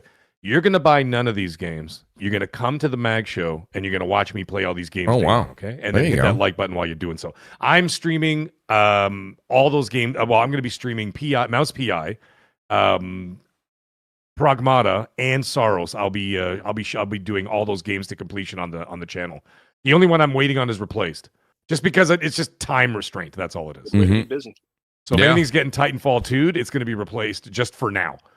That's fair. That's fair. Yeah, I honestly, so I can see that being something I follow as well. That's very cool. Shout out to WoolleyGamer. He says, sending big mad love to Kofi. There you go, Kofi. Yo, Wooly, what's going on, my brother? The great WoolleyGamer, everybody. Appreciate Wooly for being here. All right, so listen. So let's talk. Kofi, where are you with Forza Horizon? Not just 6, but the entire franchise. Where are you? I don't love the Horizon series, but I'll say this: I enjoyed 4 a lot, and I'm forgetting. I think it was 4 that I first saw. They had the Akagi Red Suns reference, which is like an initial D. It's old school anime that was about drifting. So I always noticed how much attention to detail they had. But I think the number one takeaway I have for Playground is their reputation is higher than a lot of other studios. I think in the last 10 years, when they show their tech, I feel like everybody really wants to sit down and notice what they've done. And that, has given them the chance to work on Fable. So for them to, even have inklings of them talking 30 FPS, I think it kind of hurts them because they're an A-lister, in my opinion. I know they only make quote unquote racing games as of late, but for them to have that after multiple 60 FPS launch games is strange. But hey, it's in Japan. I love Japanese culture. I will probably entertain a purchase of this. I didn't play a lot of 5. I bought it, but I think it just came out at a time I was playing other games. But just because it's in Japan, I just want to play in Hans Orange RX-7 is a Fast and the Furious reference. Yes. Just no way I can miss that opportunity. So, I'm feeling confident that the game will be very fun. I think it's strange that they. I mean, listen, I think it's going to do great. Do you guys think it's going to keep up the tradition and it's going to get that 90+ meta? Yeah, like Playground's track record is 86, 86, then 90, 92, 92. And so I think this. You don't think this one? You don't think this one might regress a little bit? No. They keep an incredible standard, and they always bring something new, despite what people think is just festival all over again. And the locations and just how well they do it and how much detail they put in it. Like, for example, like the cherry blossom trees, and the petals kick up when you drive around them, and they put the little things in there that make you actually feel like you're in the locations wherever they choose to go. And bear in mind, this is their most requested location ever since like 3, 2, 1, everyone's been under the comments going, when's Japan? When's Japan? When's Japan? Right. When's Japan? Yeah, they have. They finally made their way to Japan because everyone has been asking them constantly. I have as well. I've been like, when are you going to Japan? This is the perfect game for Japan. Yes. And boom, they finally went to Japan. So everyone's like cheering, waving from the rafters. Yeah, I think this is a slam dunk. 90+. What's going to be? So where's Forza Horizon 7's location? Let me ask that question to you guys. Oof. I mean, where are we going? Yeah, because they've already done like the desert, right? Deserts. No, they haven't. They did Brazil. They did Mexico. They did Japan. Where's Japan now? Like an African country, like something different, like a Madagascar or something.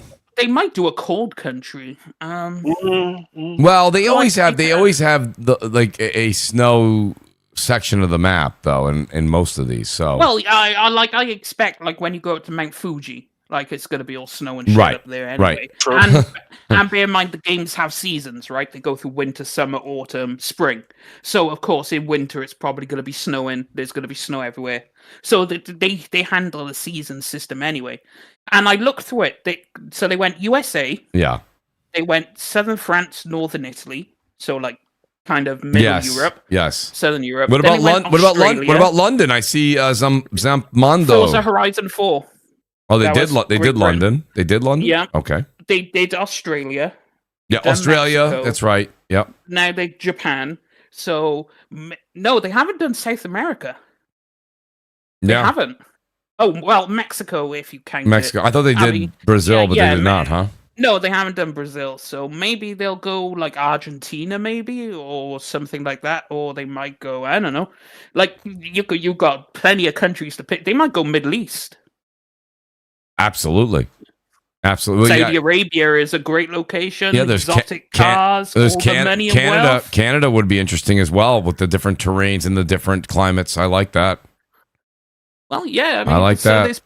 I mean, to be fair, though, Saudi Arabia might be a different. Shout out to Satanist. Oh, He says they're going to space, Mooch. Okay, well that's great. Thank you. Thank you. I mean, hey, yeah, the moon. They could go to the moon. No, but like, I just had a thought though. Saudi Arabia might be a bit difficult because you know how they do. Well, how do you handle snow? Because it doesn't snow. Right. So it's like when winter comes around, it'll just be a bit cold. So I don't think they'd go there. So they might just go Africa. No, it doesn't really snow there either. I mean, I don't know. Yeah. I don't know. Yeah. Someone said Australia. They did Australia. Yeah, they've done Australia. They Yeah. did that in Forza Horizon 3. So, Mag, I see Mag is muted. I don't know if he can come back. He may be in the middle of a discussion. But the other bit of news that came out in Xbox, which I found interesting because everybody was like, "Don't forget this, don't forget that." It was interesting that the State of Decay 3 lead, which, by the way, listen, and Detzinger, you know I love Zombie Apocalypse. You know I love it. It doesn't matter. I'm going to try it.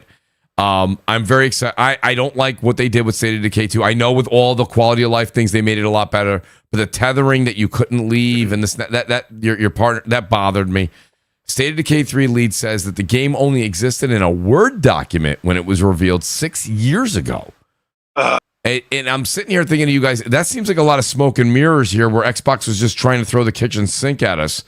And I do think that even after this year, it may, I know that there's Clockwork Revolution, there's State of Decay 3, but they're throwing so many things out there. I don't know how next year is going to fare compared to this year and last. What do you think, Detzinger, when it comes down to it? Oh, I see Mag's back too, but go ahead, Detzinger. What do you think? Isn't that odd that State of Decay 3, when it was first shown, was just basically a concept? It is, and that's management's fault because I know because I am a massive fan of State of Decay. I loved 1, and as many people hated 2, but I absolutely adore State of Decay 2. And it's because it's a zombie game, but it's got micromanagement. You have to search resources, base building. It's the shit I absolutely love. And you threw a zombie coat of paint, and it's actually a fun game. So I'm like, yo, give me that State of Decay 3. And then when it came out that, yeah, it was only in Word, I was like, well, yeah, that makes sense why it's been so long in development, because they don't normally take this long. I know they've increased the size of the studio and they're working with a new engine and whatnot, so I was willing to give them time, but it didn't surprise me, because I was like, this State of Decay 3, I think of it as like a 3-4 year game, dev time. Right. Like that kind of time. It's not 6 or 7. It won't be that.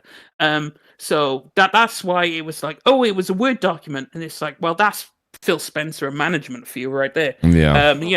That's another management issue because they decided to announce the game too early. And when did I guarantee you, I want on Undead Labs announcing it that early. I guarantee you. I agree with you. When was State of Decay 2 released? I should look that up while you were talking. Do you know what year that was off the top of your head? Since I mean, I'll look it up. State of Decay 2 released in May 18. Yeah. When they were purchased. Right. They were purchased in 2018, I do believe. Okay. So obviously, and they took a while on that game. They released the Juggernaut update, which updated the game massively. The Juggernaut edition. Are you still tethered? Are you still tethered to your partner team in 2? No. Well, I don't know on console. On PC, absolutely not. I think with the Juggernaut update, they got rid of the tether. Maybe, I don't know. Someone will have to who plays on console will have to tell me.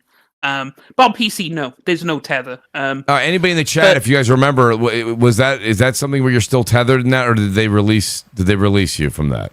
I think in 3 they've heard the audience that's not going to be. I hope that's not going to be a point. But that also, I heard they fixed it for 2.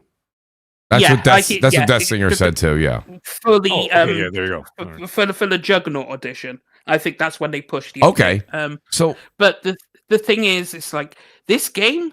The test is coming out next month, and I'm hoping I've got the email, so hopefully I get selected and I can test this game. Because I adore the game, and it coming out next year is perfectly fine. Because next year is another glory year for me. I get Clockwork Revolution, goated game. I get this game, and I think Exodus comes out in 2027. I don't think it comes out this year. Can't remember if they said that. Exodus. No, it was The Expanse. The Expanse of Cyrus Reborn, I don't think comes out this year.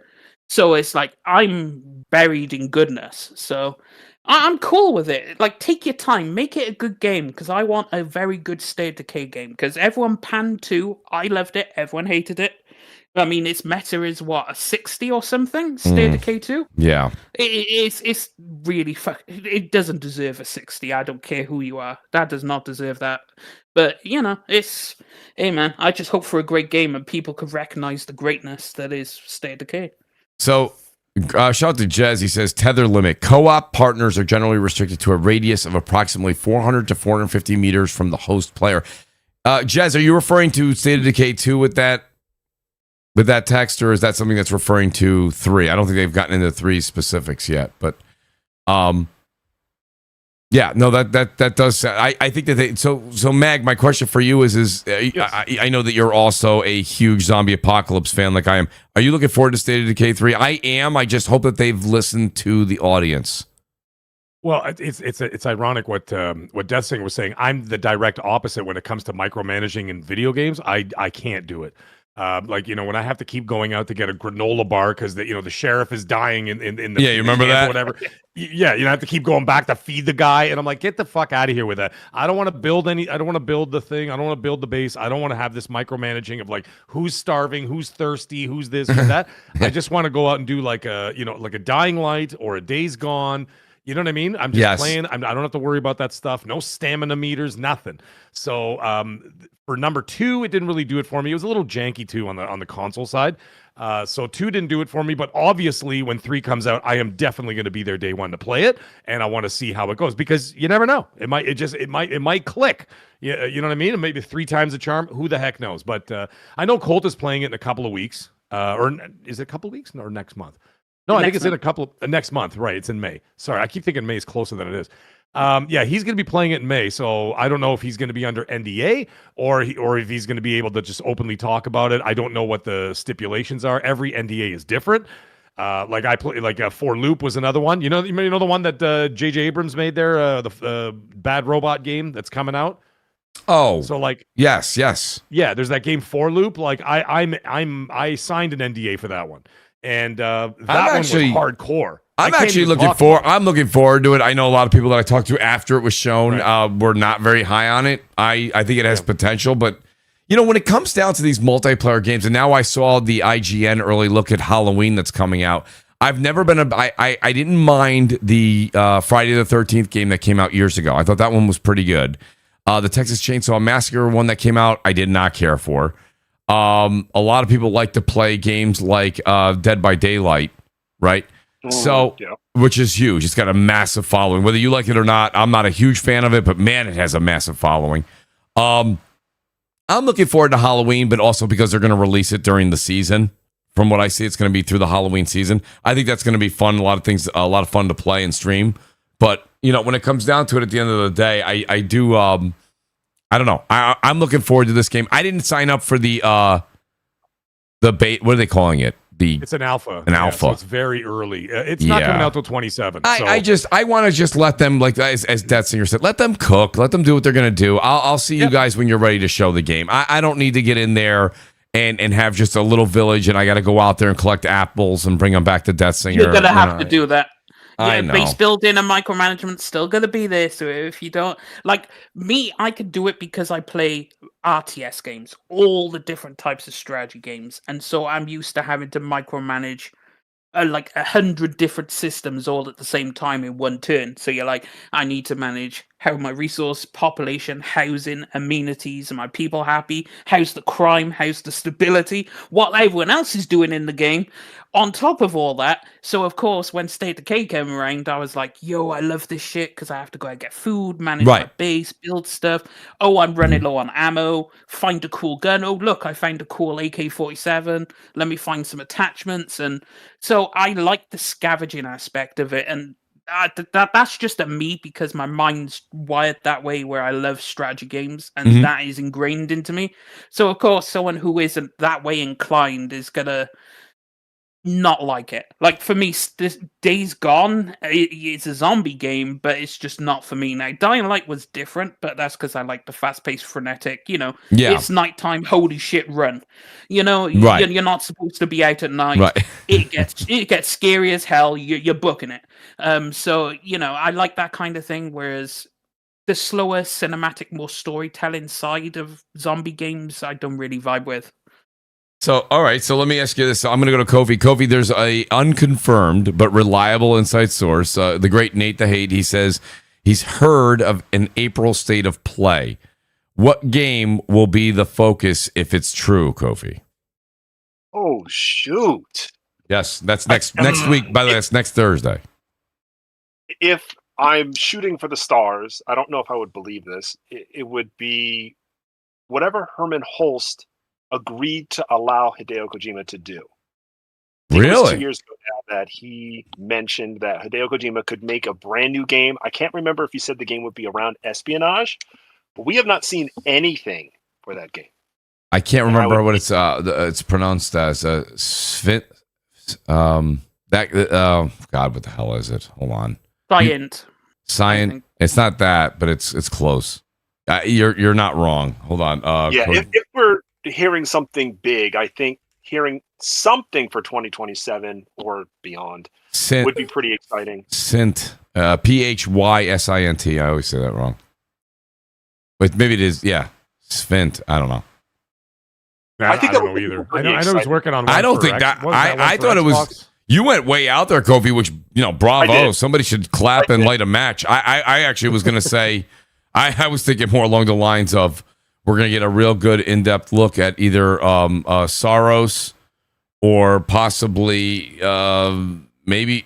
The reason I don't say Wolverine is I think Wolverine's going to get its own big thing, but maybe it'll be Wolverine. That's true because Svint. It's about time for Wolverine to be getting some gameplay. Phantom Thief says it's pronounced Physint. Thank you. Well, there we go. Appreciate that, Phantom. But yeah, Mag or Kofi, what do you guys think? Are we going to be getting Saros in-depth look? I mean, I don't think they're going to do Saros when the game comes out 2 weeks after. 2 weeks. Yeah. I mean, they'll probably show something. Maybe like a pre-order now trailer, maybe something like that. Just to reiterate that it's coming out in a few weeks. Right. Yes. They did talk about, I think one of the rumors was that it was going to also focus on some third-party stuff, which they have the marketing rights for Lego Batman and they have the marketing rights for 007. So I think they're going to show more of that, which comes out the month after. 007 got a real in-depth look a while back. Yeah. I don't know. I can't think of anything. They're not going to do Wolverine because that's way too far away. They're not going to say, okay, here's our in-depth look at Wolverine. By the way, it's 6 months from now. See you in October. They'll do something midsummer for that. Yeah, I feel like it would be a July state of play. Yeah, exactly. Like a July, the midsummer after the Summer Games Fest and the Xbox Showcase. A month later, then Sony does their thing. And then, in July, they're going to show Phantom Blade Zero and they're going to show Wolverine. And then you never know, you might get that GTA 6 trailer because they do have the marketing rights for it as well, right? So who knows? I mean, there's also rumors that the GTA 6 trailer is going to come out in April or May, but we've heard the same shit for the last 2 years. It's this month. It's like when you see like the end of the world. Oh, the comet's coming this month. Oh, okay. Oh, okay. Cool. Oh, right? great. Yeah. Jesus is coming back this Easter, Yes, by the way. this when one. when Anubis lines up with this star. Yes. You remember that? That Of happened like course. a week ago, by the way. Yes. So it's like, okay, so I'm not really sure. But I don't know. Like, I mean, I don't know if they're going to show that. They haven't been doing this too far in the future thing for a long time now. They used to do it. And Mooch, you used to make jokes about that last generation where, Joel kicks the peach over to Ellie. That's and right. You didn't see the game for 7 friggin' years. Yeah, 7 years. Right? So, 7 years. People are then like, we I finally can't got Last of Us wait 2. for that. I can't wait for that. I'm like, yeah, that was one hell of a peach. Right. I Yeah, mean, yeah. it Naughty was Dog a- has been kind of, they aim so high in quality. I feel Yeah. like they can just disappear for a decade and they can just get away with it, because when this next game comes out, we're going to go, wow. See, the OA makes a good I point. think He it'll be the says immediate future. Corey Sorry. Balrog's game. The second I don't think you'll see that. See, Interesting. looking at Nick, You never know. True. Looking at his leaks, it looks like I think it's going to focus more on third party than it would first party. That's what you I might was get saying. you might get a surprise announcement, but like I think you'll just have Saros there because they'll throw that in there just to Well, remind yeah, everyone as a reminder and a marketing yeah, play. it's Saros Remind is- everyone, but yeah. like you want to save Wolverine and some of your other stuff for later in the year. Yes. And then you'll just put like probably Assassin's Creed Black Flag remake. Oh, will that's be shown right. there. Yeah. Good one. They'll probably show some other third parties. They'll probably do some updates to the PS Plus catalog or classics or whatever. The usual stuff Yeah. they do. And I think it'll be mainly about games coming up, just to say, by the way, you have these to play coming up. Cap it off with Saros, and then see you later in the year. They'll probably have like something for Summer Games Fest because that's going to be a thing. So that's probably when you'll see Wolverine. They'll probably have a state of play around Summer Games Fest time. And then they'll be like, "Here we go. Here's our state of play." It's a good Have at call with the Black Flag because those Yeah. numbers have been heating up that it's going to be shown next week sometime. When's right? that And of coming course, out? Next Yeah. week. Well, they have it. They originally pushed it out of 26 because of the last investor call, but looks like they moved it back into 2026. Okay. Now the other thing is here's a hot take, folks. Hear me out here. Now that Death Singer's got it on my mind, I was thinking now I'm thinking about it. They're going to show the Black Flag remake. Yes. I think at the PlayStation showcase. And you want to hear this one? This is just my hot take. What do you got? Then they're going to show the Splinter Cell at the Xbox showcase. I think Ubisoft is going to give them 1-1. Wait, which one is that? The PlayStation one? The PlayStation will be Black Flag. They're going Okay. to show it there because Yeah. they did say the rumors are heating up that it's going to be shown next week. Well, next week is April 16th. That's when they're saying the state of That's play right. might come, right? That's right. So there you go. And then they traditionally do it on a Thursday, which lines up, right? That tracks. And then from there, maybe, like I said, hot take. Maybe you're going to get that Splinter Cell at the Xbox showcase. I mean, the listen, game wait a is minute. real, by the way. Is it? I don't know, I it's think- like it's I not real. was actually thinking Keeley might snag it because he wants a good fun. Because Or maybe a lot- Keeley. Yes. Maybe Yes, Keeley. 'cause Yeah. he might snag it and go, "Let me throw that in my show as like a fun thing." Because you can have fun with Splinter Cell. Like you can have the Wait, is you know, Splinter the Cell three- really? Is that really going to be a thing? What is? I'm asking. Is Splinter Splinter Cell Cell? going? Yeah. Oh, no, it's real. It's 100% real. And I think Okay. what they're gonna have is Sam Fisher's original voice actor or announce something, and then you can have plenty of fun with it. You can have the three little green dots Well, I mean, just 'cause- appear on the screen. But here's the thing, and though. it's like- Yeah, that Black- game could. Whew, But Black Flag. people will go crazy. people will go crazy for that. We absolutely. But Black Flag was that we know is real. So, but I know the other one's real. I've seen it. Oh, you saw they're making it right here, like 30 minutes from my house. It's a at remake. Ubisoft Toronto. Is it a remake of the original? The remake of the original, yes. Okay, got you. Oh. Got you. It's 100% real. Okay. Which they need to do because Assassin's Creed Black Flag is the best Assassin's Creed game. Well, no, Don't he was. at me. Well, wait. So, okay, let me ask that question. The Black Flag is also a remake, not a remaster. It is a Yes. remake. Okay. But Yes. they're changing the mechanics of the game too. It's going to have the light. I'll call it light RPG, so Death Singer doesn't have a bird.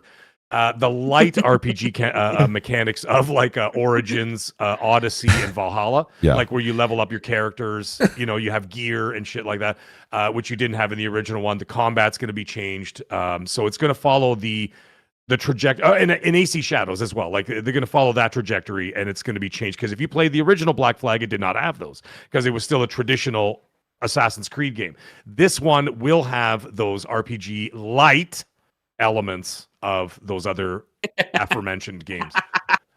I love it. I love it so much. I had to say light because I knew you Yeah, were gonna freak out. I'm so glad. I'm so glad people, recognize real, what is an RPG and what's not.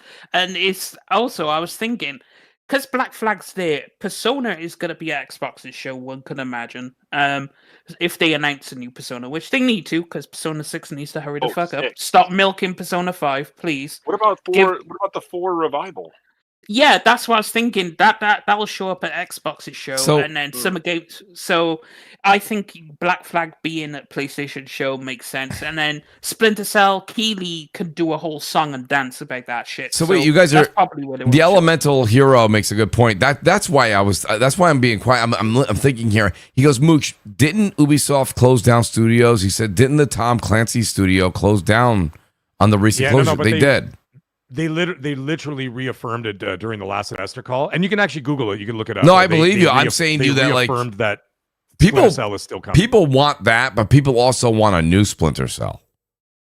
Well, maybe this is a test the waters. That's what I'm wondering. Like, if a new generation of people are interested. Story and everything. Yeah, because like a lot of people, unlike us, who personally, if I see the 3 green lights and then hear Sam Fisher's voice, I'm taking my t-shirt off and swinging it in the air. I'm dancing in the because Splinter Cell is just goated. But for the younger generation, they probably have no idea who the hell Sam Fisher is or what Splinter Cell. Well, that's why they would start at the beginning, right? Yeah, that's exactly. So you would want to introduce the younger generation to it. Bear in mind, why do you think Gears Reloaded showed up on PlayStation? Yeah, exactly. Was a reason why, just to get people acclimated. It's a prequel. Yep. So you need to. It's a prequel as well, so it gets people into the story before they play 1, 2, and 3. Yeah. And bear in mind, we're also sorely lacking in stealth espionage games. Like, there are very few and far between now. Yeah. The Metal Gear remake is the only one we've had in a while. That's right. Yeah. So, like, there is room for espionage stealth games to come back. So, I mean... No, I do agree with you guys. That's interesting. So, shout out to... I just want to say someone in the chat made a good point. Oh, here it is. Zapmondo. He says, Marvel token and the speaker's release date. So listen. Oh yeah. I am listen because of the way I have my setup here and the way I have my setup in the family room. Before I get the whole setup with the Soros surround sound and all that stuff, who knows when I'll ever be able to get all that stuff ready to rock and roll. Not Soros, Sonos. I like those speakers. The thing I like about them is they work just like the wireless headsets here. They'll work off the dongle that you'll put in the back of your PS5. And then you can charge them, take them off the charger, Meg, and I think you can put them anywhere.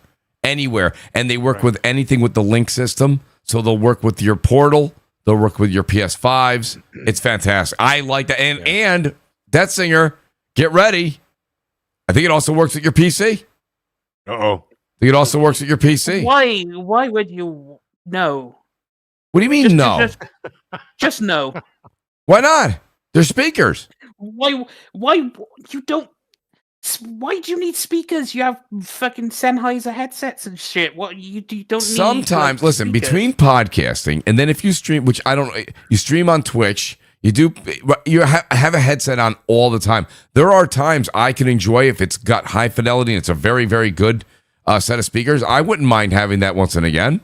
Not for every day. But I like it. I like that option. Okay, if you want a set of speakers, maybe. I'm not in the speaker business, so I don't know if there's any other good ones out there or what the competition looks like for speakers.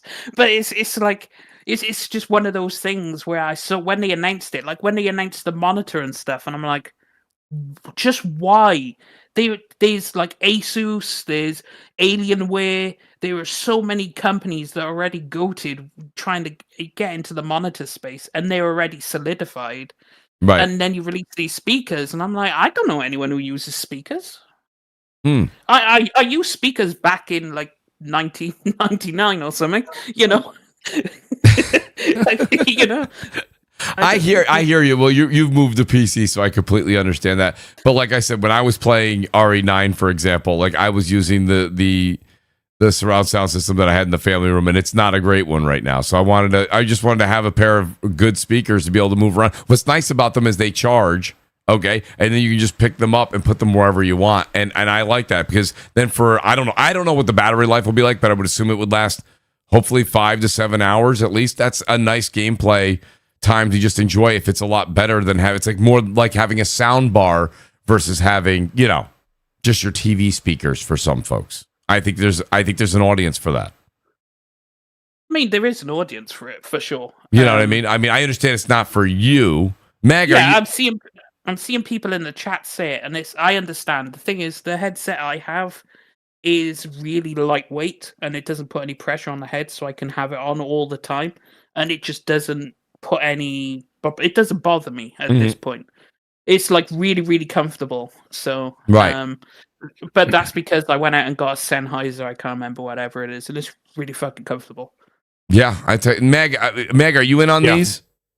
The speakers? Well, it's also going to be like, the price, right? I got to see how much they cost first. Great, whatever. yes, if they're reasonable, then yes. Okay, that's fair. That's totally fair. You know what I mean? Kofi, what about you? I got so much stuff going on. I know you have there's a lot to. You said that earlier on. You're like, Mooch, you got to think about the money here, and you're not wrong. Well, it's like even just doing the setup for like what I'm doing on my channel. Yeah, I mean, it's just it's lot of money. I mean, I've got 4 monitors going. Yep. At once of varying sizes, floodlights, brand new digital like a proper. Yeah, you got to send me. You got to send me the camera that you got because I have an Sony A6000, and it's a good camera for streaming, but I would like to kind of upgrade it. I bought that a long time ago. Upgrade to the 6400, the A6400X. I think it's at 30. Is that what you're rocking? Something like that. Yeah, that's what I'm doing, and it's pretty amazing. There's one that's way above that, but that's like in the $2,000, like $2,500 range. Yeah, that's ridiculous. Yeah, let's not go there. What is the one that you just recommended? Price tag? About $1,300. $1,300. Okay, chat, help Mooch out. All right, listen, here we go. Kofi, what do you think? You getting speakers?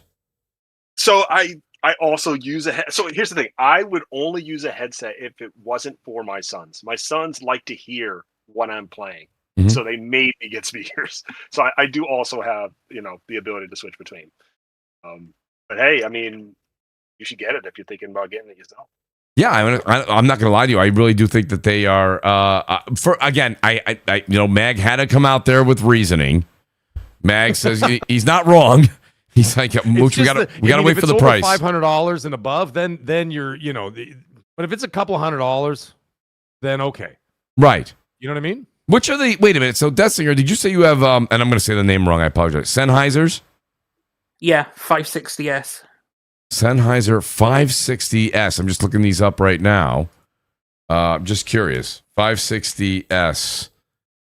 All right. Oh, they're not that bad. They're not that. Pricey. That's a fair price. I'm seeing 149. 149. Yeah, that's good. Yeah, it's like currently it's on sale as well. If you go on Sennheiser's thing, I could get the 630, which is $400 for my money. But currently it's like $130 for the H60S. So wait a minute, are these the headsets? You ever see these guys that have a lot of streamers wear them? Mag, maybe you pay attention to this a little bit more. And they it looks like they have like that, almost like that fur coming out the sides. Yeah. Do you know what I mean, Mag? Yeah. I use Audio Technica headphones. They're super light, but those are monitor headphones I use for YouTube. I don't use those for gaming. The gaming ones, I actually got the Pulse Elite headphones for the PlayStation. Oh, you're in this? Yeah. So I got the Astro A50X. Okay, those are fantastic headphones. They're nice. That's what I use when I stream and when I game. Yeah. And they're great. I did buy the, what do they call it? I did buy the PlayStation ones when they came out. The ones that used the Link technology that over the, I don't know. What was this, the Pulse? The new Pulse. The new Pulses. The one that used the Link technology. Yeah. Oh, not the first Pulse series. Elite. That thing is Pulse stellar. Elite. That's it. It's like, yeah, it's the big ones, right? They're the big ones. Yes. Yeah, and the ones where you just kind of like hang it on the wall. Yeah, I have it. I have it hanging. That's exactly what I have right here next to me. Yes, that's the Pulse Elite ones. Yes. Yeah, it's like putting 2 pillows on my head. I love it. It's so comfortable. I do too. I use that when when in Rome. So whenever I'm playing something on my PS5, just goofing around in the family room, I will wear those. But when I play on PC or the PS5 in the office, I'll use the Astros. Most of the time, if I'm by myself, I usually don't use headphones anyway because I'm one of those guys. Well, that's my point with the speakers. Yeah, exactly. Yeah, so you know what I mean? Like, the speakers will be like, I'm definitely interested, but again, it's all price. going to boil down to how much is it going to cost, right? And it's like, yeah, it's cute, they're adorable, but how much? Okay, right? that's very fair. You know, it's always a thing. It's always going to be a thing. But if it's reasonable, then it's going to be hard to say no. I completely agree. With those Sennheisers as well, they are stupid light, but they're perfect. Obviously, they're an audiophile company, Yes. and they specifically designed for audiophiles and top notch, top rated, and like their heads, it's so clear. It's not too bassy. It's not too like. But if you want to pick up like small little details in sound, like you could pick it up there, and it's super breathable, open back design. It's worth it. Always worth a pickup. I mean, everyone has their favorites, of course. I used to be Astro, but then I was recommended Sennheiser, and I haven't looked back. And I mean, to be fair, everyone has their own, but it's worth it if you can get one. No, I completely agree. I do think, it's to each their own. Everyone has a favorite. I do enjoy the Astros. They're very light. They are also breathable. They're better. The 50s are way better than the earlier editions, by the way. And with the 50X, just in case you guys are wondering, you can actually hook up your PC, Xbox, and PS5 to them. Oh, that's cool. Yep. Yeah, there you go. So all you just, in one. You just push a button on the side of the headset, and it changes inputs. So it is very, very convenient. Quick question for you guys here. So I'm just looking down my list of things here. It says here the PlayStation's new program, Player Base, which brings a chance for fans to be kind of scanned and appear in games. Listen, I'm not going to sit here and tell you it's not cool. It's cool. Not for me. I don't need to see Mooch in Resident Evil. That doesn't need to happen. I wouldn't mind Mooch being a voice actor in the next upcoming game. I think Mag might also want to do that. But I don't need to, they've been doing this for a while. I think NBA 2K did it a while ago, Mag. What do you think about this new player-based thing with scanning? It just seems like it's a lot of information getting processed about you. Yeah, it's cute. It's kind of fun or whatever. But like, we did that back in the other generation. You remember on the PS3 and Xbox 360? That's right. And maybe the Kinect incident. Yeah. Well, you could have the Kinect incident. No, even before the Kinect, when you had to like get the little webcam. I don't know if you guys remember that. Like any graybeards out there playing those older consoles, like at the 360, they had the little webcam thingy, so you could take a picture and you could put your own picture on the profile. Right. And then they had what the hell was it? Rainbow Six Vegas. And then you can actually scan your face in the game. That was pretty cool. Yes. So I mean, I was playing as the character, and of course, I got my military helmet on, and I'm hiding behind like Caesar's palace with my gun, and I'm like, oh, this is kind of cool. Like, it was kind of neat. And I think they also did it on PlayStation as well when they had the PlayStation camera, and you could do that with some. I think there was another. I believe it was called the Eye. Is that what it's called? The PlayStation Eye? Yeah, I do. Yeah, I think you're right. I think you're right. Mm-hmm. Yeah, and you could put yourself in certain games, but it wasn't a lot of games. The PlayStation Eye, for the PS3. I mean, it'd be fun for RPGs. Like, you don't have to build your character for like four hours, like trying to, get the eyebrows right or whatever. I mean, you just scan yourself, and that's all there is to it. Move on, yeah. But some people do that. They love that. Not me. But either way, I mean, I don't know. As long as it's not harmful or they're not trying to extract your information or anything else like that. But the thing is, here's the funny part. When people have that whole, the worry and fear, which, by the way, is warranted about, I don't want my face over here because they could scan it and they could frame me for a murder like that Will Smith movie in the 90s or whatever. Yes. Right? And they could do all that. They do that shit to you now. You're not wrong. What do you think's happening with your camera while you're looking at Pornhub? That's right. They're looking at your face. They are too. Got you. And I tell you what, when I turn the phone around, they'll have a good show. Yeah, well, you know what I mean? They've got your face everywhere. It doesn't make a difference. It's already in the database underneath the White House, underneath the ballroom, as they say. And you know what I mean? It's all there. That's right. It's all there. They got everything. They got our voices. And I go, hey, Mooch, you know what? I got to go out tomorrow morning with my wife. I got to go buy some blue jeans. I go into Instagram. All the advertisements are for blue buddy, jeans. Don't get me started. That's so true. They listen to you. They've got your picture. They got your face. It's not going to be any different. I mean, you should worry about it. But I mean, at the same time, I don't think on the PlayStation Network it's going to be a thing. I have issues when it gets into like, we need your government ID in our database, which, by the way, we're going to sell to third-party vendors, right? Just so you can play GTA 6. Then you can go fuck yourself. That's right. But other than that, I don't think it's the end of the world. Yeah. I think like my key takeaway is 12-year-old Kofi would have loved this idea. And I guess the adult in me now is so much deflated, and I'm kind of disappointed that I'm feeling that emotion, because I still want to be as excited for these kind of features as I've been in the past. So I also, to you guys' point, I work in the IT field, so it's like it's hard to avoid. If the government wants to find out something about you, it's gonna be hard to. They already have it, Kofi. They already got it. They're just not No. telling you unless you do something that they, you know what I mean?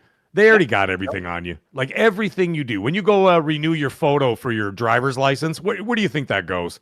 Yeah. You know what I mean? It goes straight to them. Your passport picture, it goes straight to them. They got everything. If you walk anywhere, security cameras, ATM machines capture you because they got cameras in them. Like just general like parking stuff. They like, know for everything example, about you. Like they have cameras everywhere. And they will see you everywhere. That's how come they catch these criminals. And it's like, oh, we saw him walking this way on an ATM. They already know exactly what you're doing and where you're going. And it's really weird because Google, I just typed in one time by accident. I typed in pram, right? And then it was just like, here's all these options. And I went on various websites and there's just advertisements everywhere. And I'm like, fuck off. I typed it in once. Yeah. I don't need Well, you that's to what I'm tell me talking this. about. That's what I'm talking about, Dessing. They start selling it to third-party vendors. Yep. And then it gets out. That's the problem, because what happens used to be so is that the third-party vendors get compromised by hackers, and then they take your information. We used to be so concerned about this stuff. Remember when the Kinect came out and everyone was like, oh my God, it's going to be watching us. Now we all have like 8 different devices in the kitchen with watching us, watching you, times, right? Or the house, or everywhere. You've even got outside cameras, so they know when you're in and out of the house. It's fantastic. I mean, to be honest, they could spell me because they're gonna see the best 5 minutes of their life, and if I'm watching anime or whatever or modding my games, they could watch that too. Have fun, you'll be in for a show. So I want them to watch what I'm doing. Yeah, You're gonna be like, my God, this guy watches a lot of xhamster.com. But anyways, the point is like, I don't care about that. I care about my information being compromised for nefarious reasons, like hacking, for example. Right. And then they get into my bank accounts, and then now I'm not worried about the money, because what ends up happening is you just call the bank, but you're gonna have to deal with 3 months of red flags and bullshit and meetings and this and that and resetting up new bank accounts. Trust me, I know it's happened, and so that's a hassle. You know what I mean? But Yes. other than that, the other stuff, I mean, I don't care. I don't know. You want to put Mag in AC Hex, or Assassin's Creed Hex coming up? Great. I'm all over it. You know what I mean? I don't mind. Yo, shout out to Chrono. Chrono goes, what did I walk into? Yo, Chrono, it's one of the last couple topics, buddy. We're just kind of reeling off, buddy. Shout out to Chrono for being here. 5.0 Trey, appreciate you being here too, buddy. Shout out to Babor. He says the PCF said no, Pro couldn't do BVH8. Well, I don't know. Anything to that singer? What BV? I don't. BVH8. I didn't even get the reference to that. BV. I don't know what that means. I don't. Yeah, Babor, I'm not sure, buddy. I would like to say I know what you're talking about, but I don't. Write it in the chat, buddy, and spell it out. I will definitely reread that. Shout out to Mirko. He's here. He says, highly recommend the Arctix Nova Pro. Has 2 inputs set to my gaming PC and PS5 Pro, and a Bluetooth connection to my work laptop. Does everything. Yeah, Mirko, that is, well, the Arctic Nova Pro. Mag, what did you say you're using? Well, I'm using them for YouTube, though. I'm using my Audio Technicas. Oh, okay. I can't remember hold on, I'm going to pull my headphones out, I'll tell you. But you're using the same ones. Did you say Arctic Nova? No, not me. No, I'm using Audio Technica monitor headphones, like the A90s or something. Oh, okay, my bad. I don't know what the hell it is. Anyway, I use those for like all my YouTubing, streaming, all that kind of stuff. Mm-hmm. But for gaming, I have those original. By the way, they're still fantastic. Remember when Xbox? I think it was like earlier this generation. They released those Xbox headphones with the big cups that you could turn like wheels. Yes. Those are actually really good headphones, and I still use those. Yeah. For the Xbox. On the PlayStation, I use the Pulse Elite 3D headphones, and then of course for YouTube, I use Audio Technicas for all my other. Okay, yes. I misheard you. Then I apologize. Yeah, but no, I don't use the Arctics, but apparently they're very good. My decision for Brian East, who's listening, was either to go with the Arctic Nova Pros or to go with the Astros. And the thing was, I had Astros prior. And it just they just work. I hate to say, they just work. They felt good. They sound good. And the 50s, the one reason I got the 50X is the microphone. The boom, if you will, on it, like legit, it sounds not as good as this podcasting microphone I use here, but it is damn close. It is damn close. It is impressive. Shout out to Neil Augusto. Happy birthday to you, buddy. Travel safe. He's going down to New Orleans. Enjoy yourself for your birthday, buddy. Nice. Yes, very, very nice. I was just looking to see if I had one other thing here, and there was a game that came out on PC that I was excited about. Detsinger, I don't know if you said you were in on it or not, but it didn't get a good review. I was wondering if your thoughts on a Samson. It released on PC this week. A lot of people were like, it was a $25 game. It looked really, really good, and then they released it, and I watched some reviews on it and saw some gameplay, and I was like, until they fix all the bugs and whatnot, I'm not going to touch it. Yeah. But it looks really, really good. They're only charging $25. It's a $25 game. Yeah, it's cheap, but it's like, it gave me like Sleeping Dog vibes and stuff like that. Like, yeah. I was like, okay, this is really cool, but until all the game breaking bugs and stuff are out, I'm not going to touch it. But I'll eventually get around to it because it is a quick game. It's not a long game. No, it's not a long game at all. But it may be wise to wait a bit. I'm going to wait. I was actually shout out to Blaze 4K. He said he was going to pick it up. I saw him playing it earlier today. I'm going to ask him about it this Saturday, see what he thinks. But there's so many games out right now. I'm like, all right, like you said, let them kind of go back to the drawing board, fix what they got to fix, and that's what the Samson released on PC. I think when I last checked, it was a 54 Metacritic. It could have went up a little bit, but the studio lead says the game is unacceptable. It has unacceptable game-breaking bugs, and for me personally, I think their backs are against the wall to release it. But it's like I would rather not release the game. I would just rather not release the game because the game looked pretty good. And even though it got a bad review, all the reviews that I did watch, they said the game still looked very good. It was just the bugs and the mechanics just are off. Everything's kind of a little off with the game. So it's one of those ones that kind of... I did want to say, Glizzner in the chat is saying babies, or someone said babies will be born with barcodes. That reminded me of the film In Time, where you have to pay for things with your life. And you have barcodes and you have to scan it. So, if you want to buy something and they take years off your life because everyone stopped aging. So, obviously, the more you spend, the less life you have. And wait, that was the movie with Justin Timberlake. Yeah. And then they send you to the chamber to die because you've used your barcode. Yep. So, something like that could happen. I mean, it's a good film, actually. It's a pretty Justin Timberlake. I mean, he actually, it actually was a good movie. It's one of those ones where you used to watch it and you're not expecting anything from it, and it was pretty good. It's actually a great concept for a video game. See, that's what I was thinking. A game where you have to pay, obviously, for stuff. If you want to upgrade your guns, you have to spend your life. And you only get 80 years or something, so you have to spend wisely. And if you run out, then you just die or something. I mean, that'd be a great concept for a game. I know Sifu does something where you age, but I was literally thinking Sifu as you said that. Yeah, yeah, mm-hmm. Yeah. My favorite Justin Timberlake movie is the DUI video. Oh yeah, that's a great one. Oh, okay.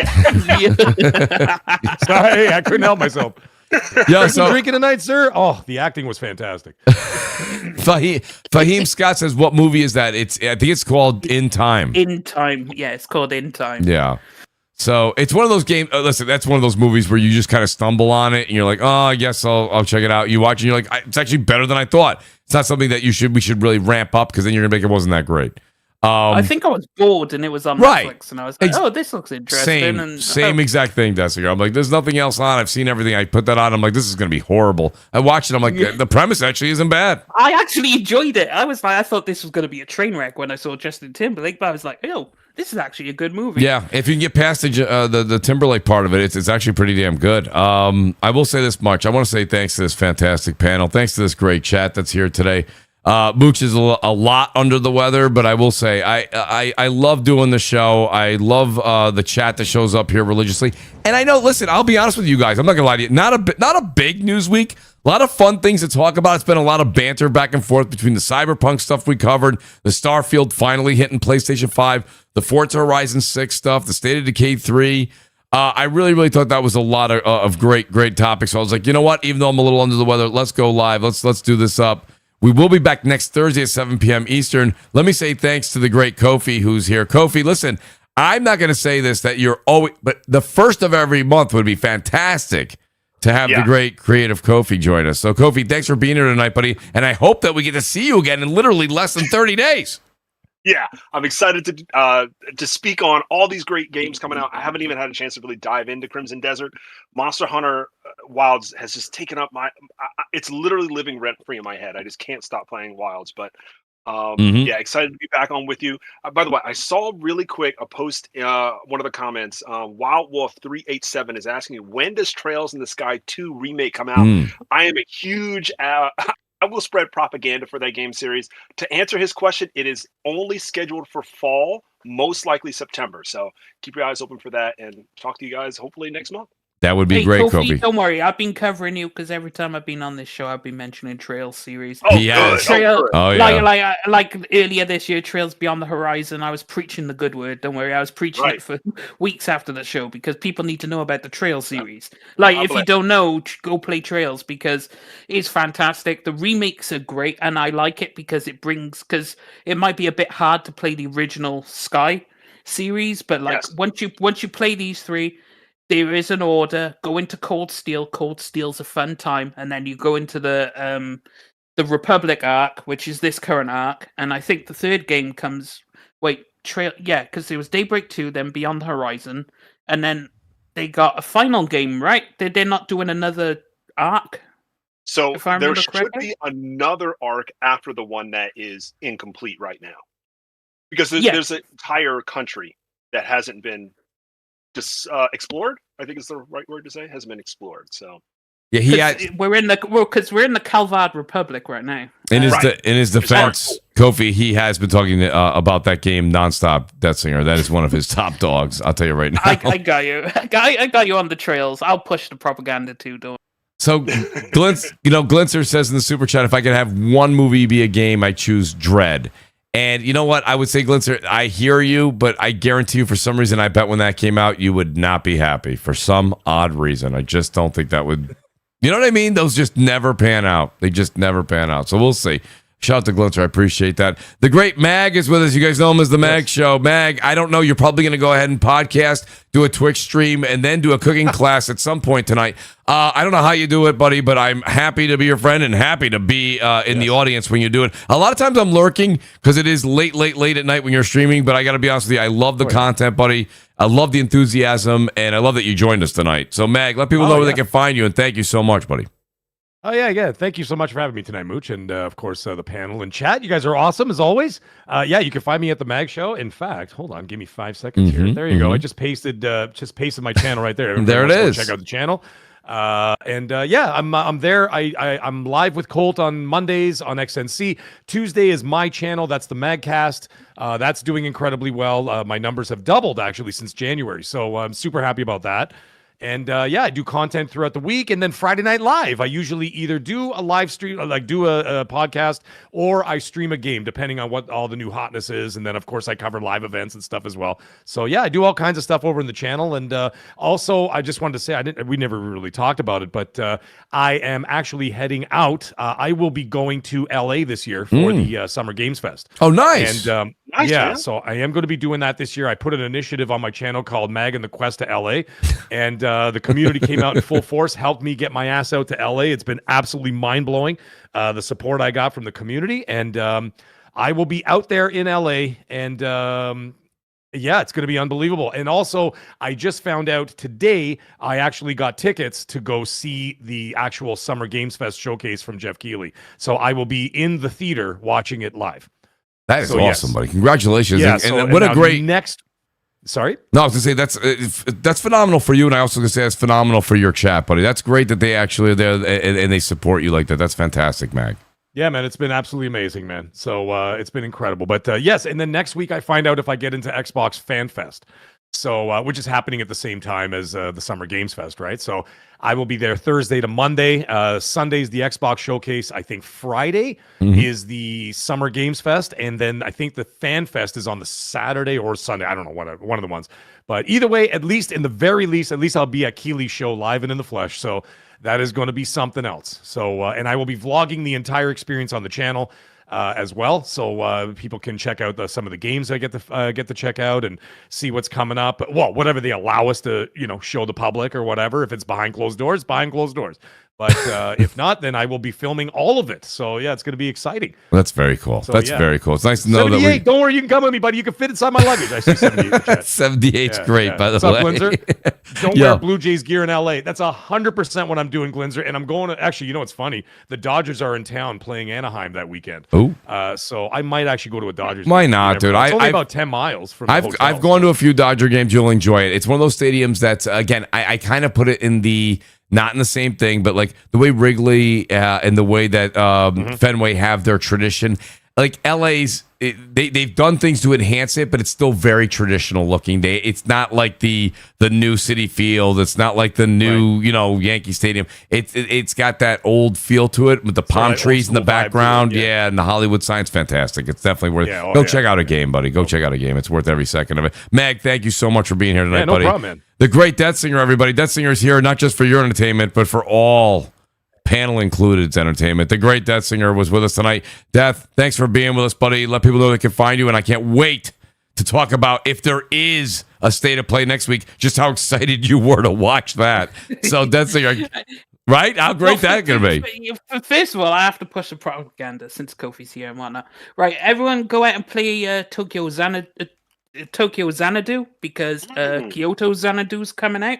Later this year, go do it. Also, check out the E series. That's YS. 10 Nordics just released. Fantastic series. Go check it out. Also, the Rise Atelier series. Thick thighs, save lives. Yes, and if you played the Riser games, you'll understand about thick thighs. Trust me. Oh my god. Yeah. Also, check out. Basically all of Neil Falcom's back catalogue because, the Trail series, you need to go out there and get that. There's tons of great JRPGs series that are a bit niche. And so, yeah, go check it out. Also, play Covain 2. Fantastic game. So, yeah, there we go. And you can find me, in the usual place, lurking, playing my games. Hey, nothing wrong with that Singer. Great to have you here. Also played Suikoden series. There we go. That Singer, awesome to have you as always. But let me give a couple quick shout outs to the great Nib, who hopefully will have internet, power, food, and toilet by next week, and he can join us. It'll be great to have Nib back with us. And also, you guys know him as Basement Radio Arcade Podcast. That's Wednesday nights. He does his show, but we know him as Coach, and that's why he's not been able to be here. He's out there coaching. He's on the 50-yard line right now. Hopefully he can join us next week. We'll see if he can make it. And we got to also try to get the great Crap Gamer back on here. We'll see if Crap's ready to come back. He's at a bit of a hiatus, but I think he's ready to start podcasting again. So we'll see if we can get Crap on for next week as well, too. Guys, please, on the way out, hit that like button. Hit the subscribe button if you're not already. And we'll see you guys over on twitch.tv Saturday morning. It's Mooch TV, M00CHTV. We're going to be live streaming with Blaze 4K and Lazy Vibes as we do. I believe we're still doing some ARC this week. We were going to do Marathon, but I think we're going to still do ARC because the update has got a lot of people excited about it. Guys, see you next Thursday. Go play some games. Peace out. Good night.